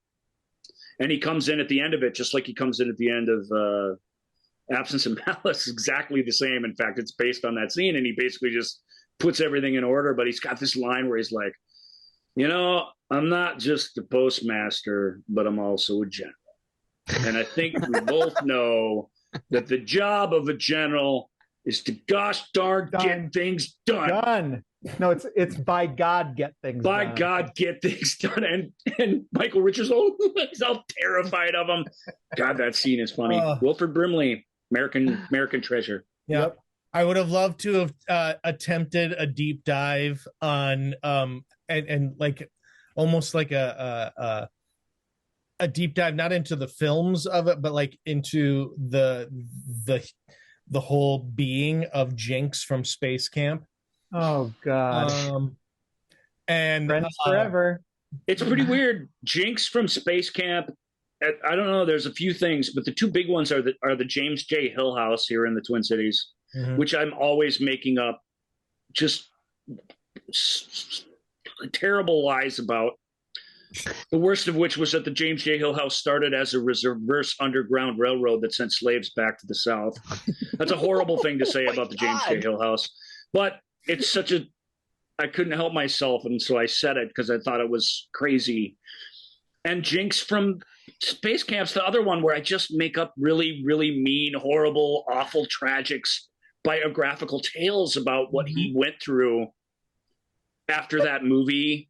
You know, when, at first they were going to do a spin-off movie for Jinx, but then that didn't go through, and all the horrible things that happened in his life and his struggles with addiction and prostitution and things like that. Yeah. It's weird. I normally just lie about stuff, but there's certain things where the Jinx deep dive was akin to, this was when we did the Presidents episode. And Ryan mentioned it earlier. It's absolutely one of my favorite episodes too, where we talked about movie presidents as if they were actually part of American history, and we ranked them. And of course we got to rank them. Yeah, and we ranked the top presidents, and we talked about President Shepard, and and how he changed his gun policy and was able to do that, and his wedding in his second term was really spectacular. And then that's when the Jinx came up, and the one that I would have really liked to have done is we were going to do fictional sports teams as if they were real sports teams. That would have been neat. About some of the greatest stories to ever have happened in sports, as if they were, talking about, like, remember when the Angels, it seemed like there were these beings that were like lifting them off the ground, changing pitches. But it was just a magical season. But yeah, so, and then I guess, well, real quick, one thing that there is a little bit of house cleaning that does need to be done. We do have to the Tickertainment trend tracker, we have to shut it down, decommission it. Yeah, we have to decommission. It's going to be tough. Nope, yeah, it's awake now. It knows we're talking about it. So yeah, so sorry, Tickertainment trend tracker. This is the final show. Well, I know, but it's going to be all right, and you'll still be around, and we'll probably have you out. Yeah, no, we'll have you out from time to time. Okay, yeah. Well, I think it's going to be just fine. So, hey, Tickertainment trend tracker, could you look over there real quick and just don't look this way.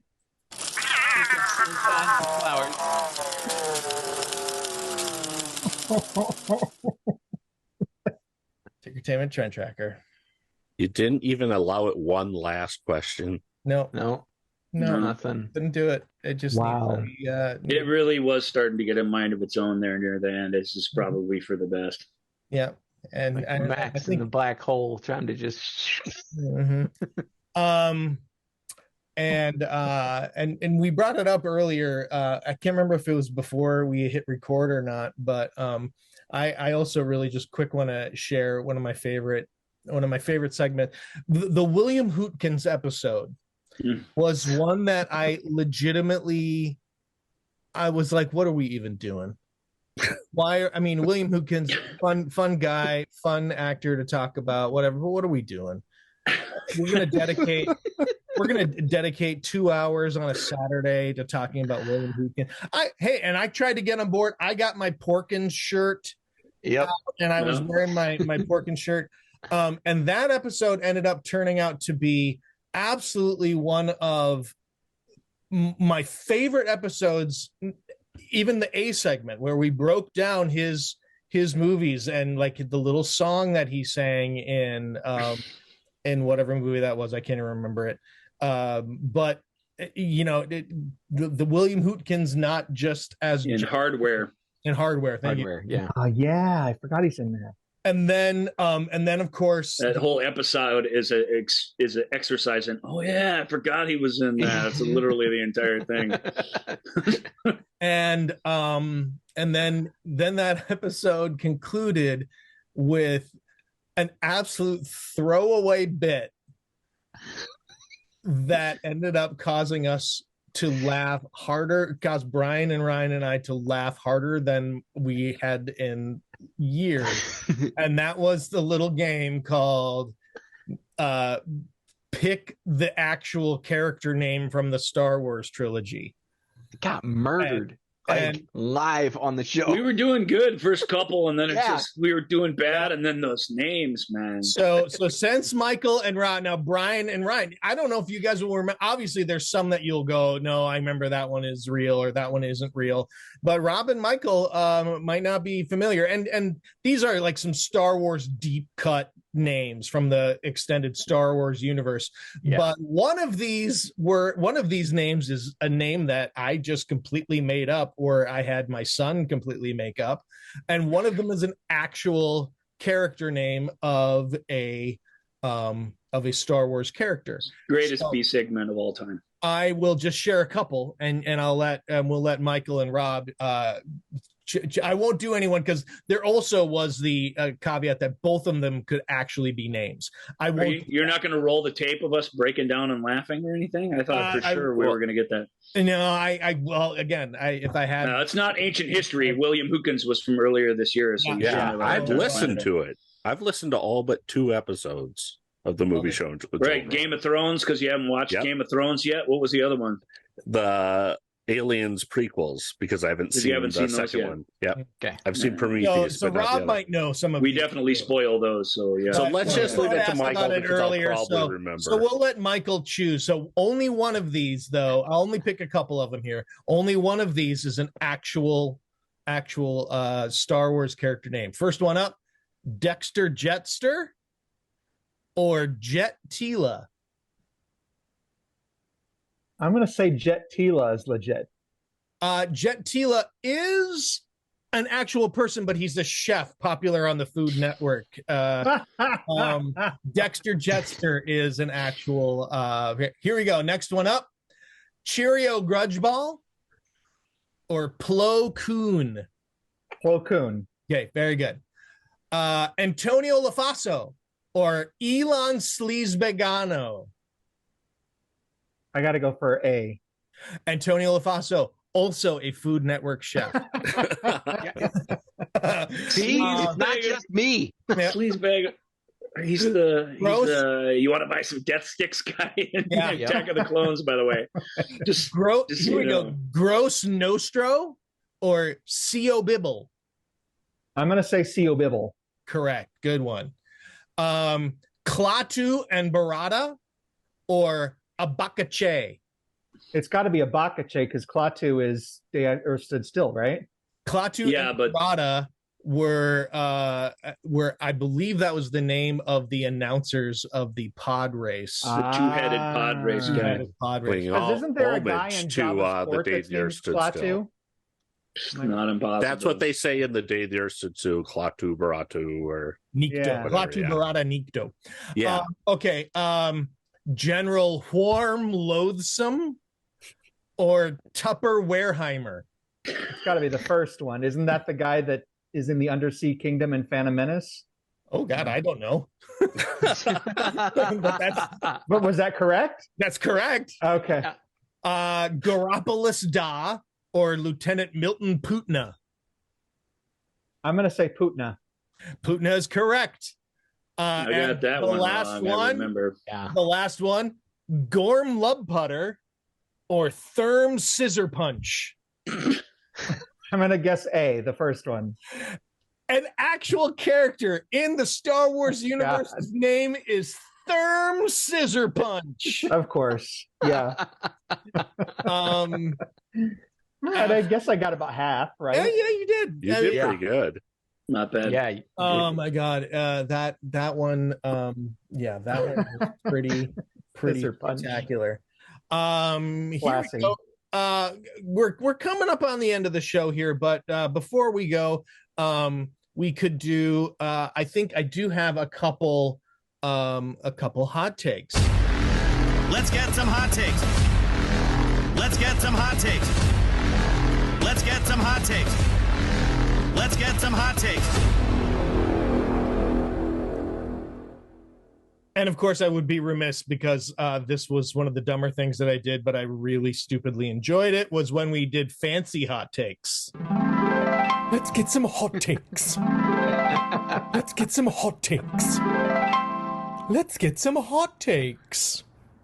You sound like Stewie there. Yes. Yeah, and not unlike it. I was pretty maybe that's an unknown impression that probably if I think about doing it, I'll never sound like him again.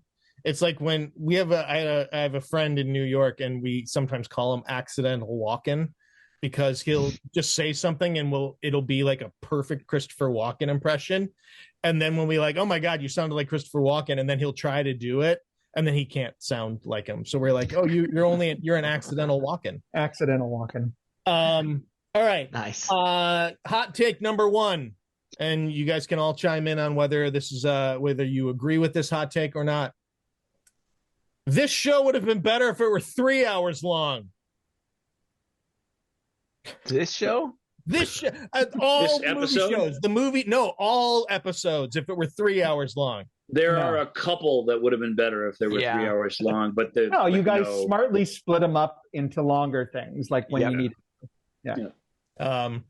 Actual hot take: Harrison Ford will get an Academy Award nomination for Indiana Jones and the Dial of Destiny. No, the scene where he talks about. Don't spoil. I have not seen it yet. I haven't seen it either. But no, he will not. There's an Oscar-worthy moment in it, but if he couldn't get an Oscar nomination for 45, I don't think you'll ever see him get another one for the rest of his career. He's at an age where it's possible that he'll drop into something that he's really, really good old character actor in, that he'll just nail. But you look at his schedule, and he's got Marvel movies and then Expendables cameo. He's only ever had one nomination for Witness, right? Is that it? That's it. Yeah, that's it. That's it. He'll get an honorary Oscar.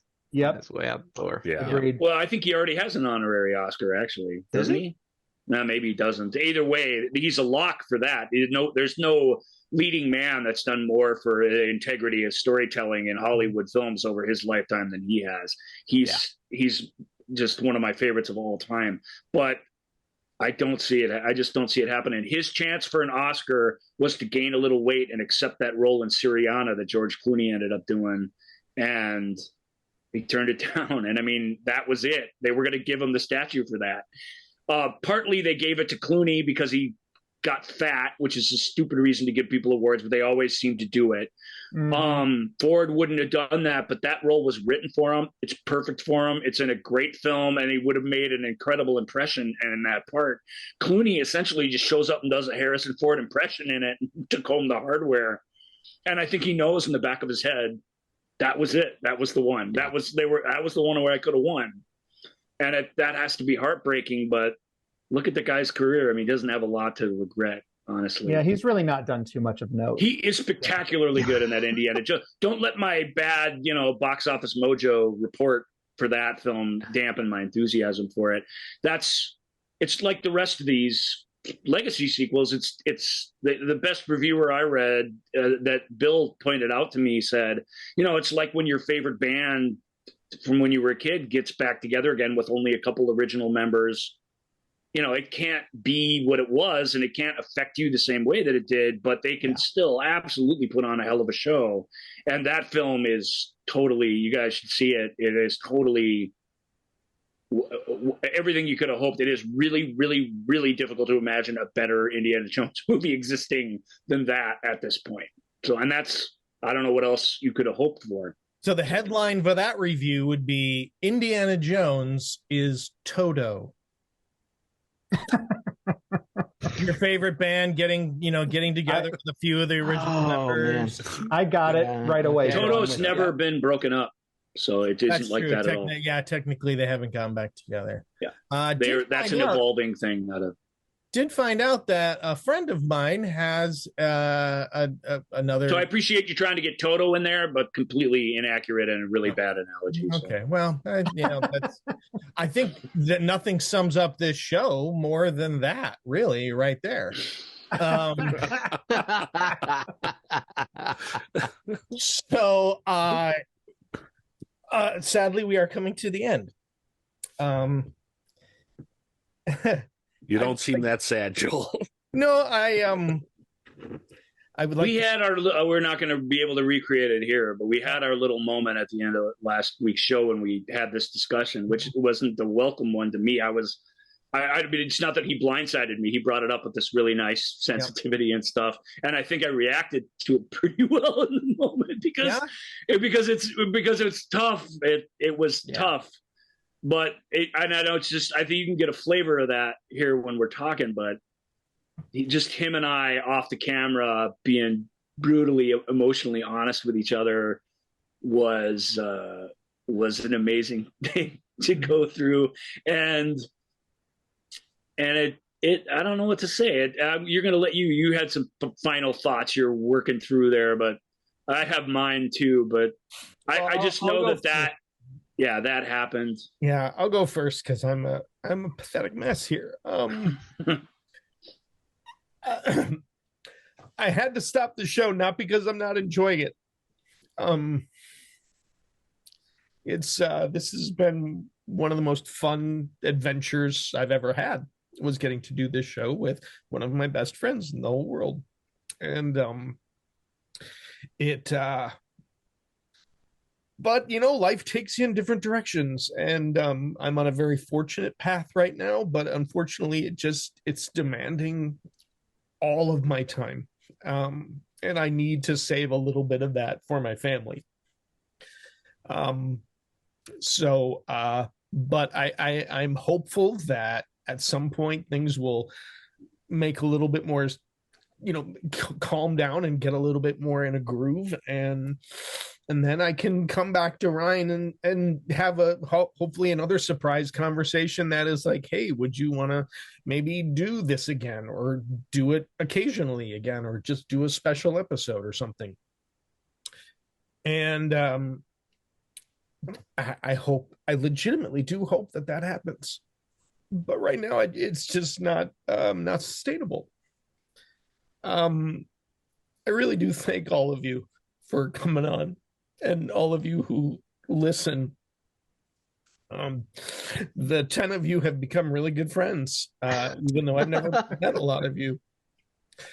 There's our German listener. God, what that German listener gonna do? But he's Swedish, by the way. Oh, that's right. Shit. Sorry, Sweden. But yeah, this is they don't break it down by country anymore, but I'm pretty sure our one European listener was from Sweden. No, you're right. Good. As soon as you said it, I was like, oh crap, that's right. I do remember it was Sweden. I thank all of you, and obviously Ryan, I thank you most of all. It's been this has been fantastic, and it's been just an absolute treat. And and the fact that we got to do it and continue to do it throughout the pandemic was such a huge lifesaver. To get to have unbelievably so. I agree. Yeah, get to have something and a way for the two of us to just continue to talk. So thank you to Zoom technology, and then it allowed us to have our friends on in a much easier way. So thank you, all you listeners, and this is a goodbye, but it's just ta for now, for sure, because that's how it has to be. And I've already said what is so great about what Joel brought to this process for me, and how he helped me and propped me up, and then even did it on the show, and just continues to do it like in a genuine way. Not just because I really need it, because I do really, really need it a lot. I really, really appreciate that. And he's not some pushover. He gets his way on the show quite often, which is how it should be. It's been a true partnership. All of my euphemisms for Joel throughout the years have all changed. They have all funneled down into, and every time I wish him happy birthday or anything, and this will never change, they funnel down into the word partner, Western style, because he's my partner. And I'm so grateful for it. I'm pretty good with the words part of things, but it's really tough to express, perfectly and eloquently what you've meant to me and what you guys all mean to me. So, and what just people who showed up for the show and engaged in it have meant. Mm-hmm. You know what I mean? If you really want to hear my philosophy of life, I've emphasized it on the show many, many times, but if you go back just a couple episodes to the end of the Actor Show, you'll hear it again. It's there. What I think storytelling is all about, what I think humanity really is all about, what I think the key to our evolution as a species is in that episode. So I don't have to repeat that here. I will say something from the abyss, though, to close out the show. When they're talking about this crazy things that they're experiencing, Mary Elizabeth Mastrantonio, awesome in that, basically playing James Cameron in it. He's telling a story about his love affair, but he's reversed the sexes very cleverly in it so that we don't really recognize it as true a thing as it is. He says when she's just trying to get somebody to believe in this crazy thing that she's experienced, he says, coffee wants to call it a Russian submersible. It's a Russian submersible. He looks and he sees hate and he sees fear. But you have to look with better eyes than that. And that's such a great line. And it's my sort of continued mission for us, and my sort of challenge to everybody out there. But most of all, thank you. Thanks for joining us and making it real. That's what an audience does. Joel will be the first to tell you. Yep. All right. Thank you, gentlemen. Thank you all so much for coming and being on our 200th and final episode. And special something I hope Ryan likes. You've done your country a great service. We thank you. And we trust you found the settlement satisfactory. Oh, the money's fine. The situation is totally unacceptable. Well, gentlemen, I guess that just about wraps it up. Where is the podcast? I thought we'd settled that. The podcast is somewhere very safe. From whom?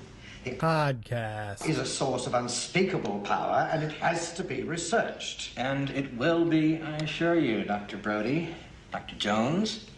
We have top men working on it right now. Who? Top men.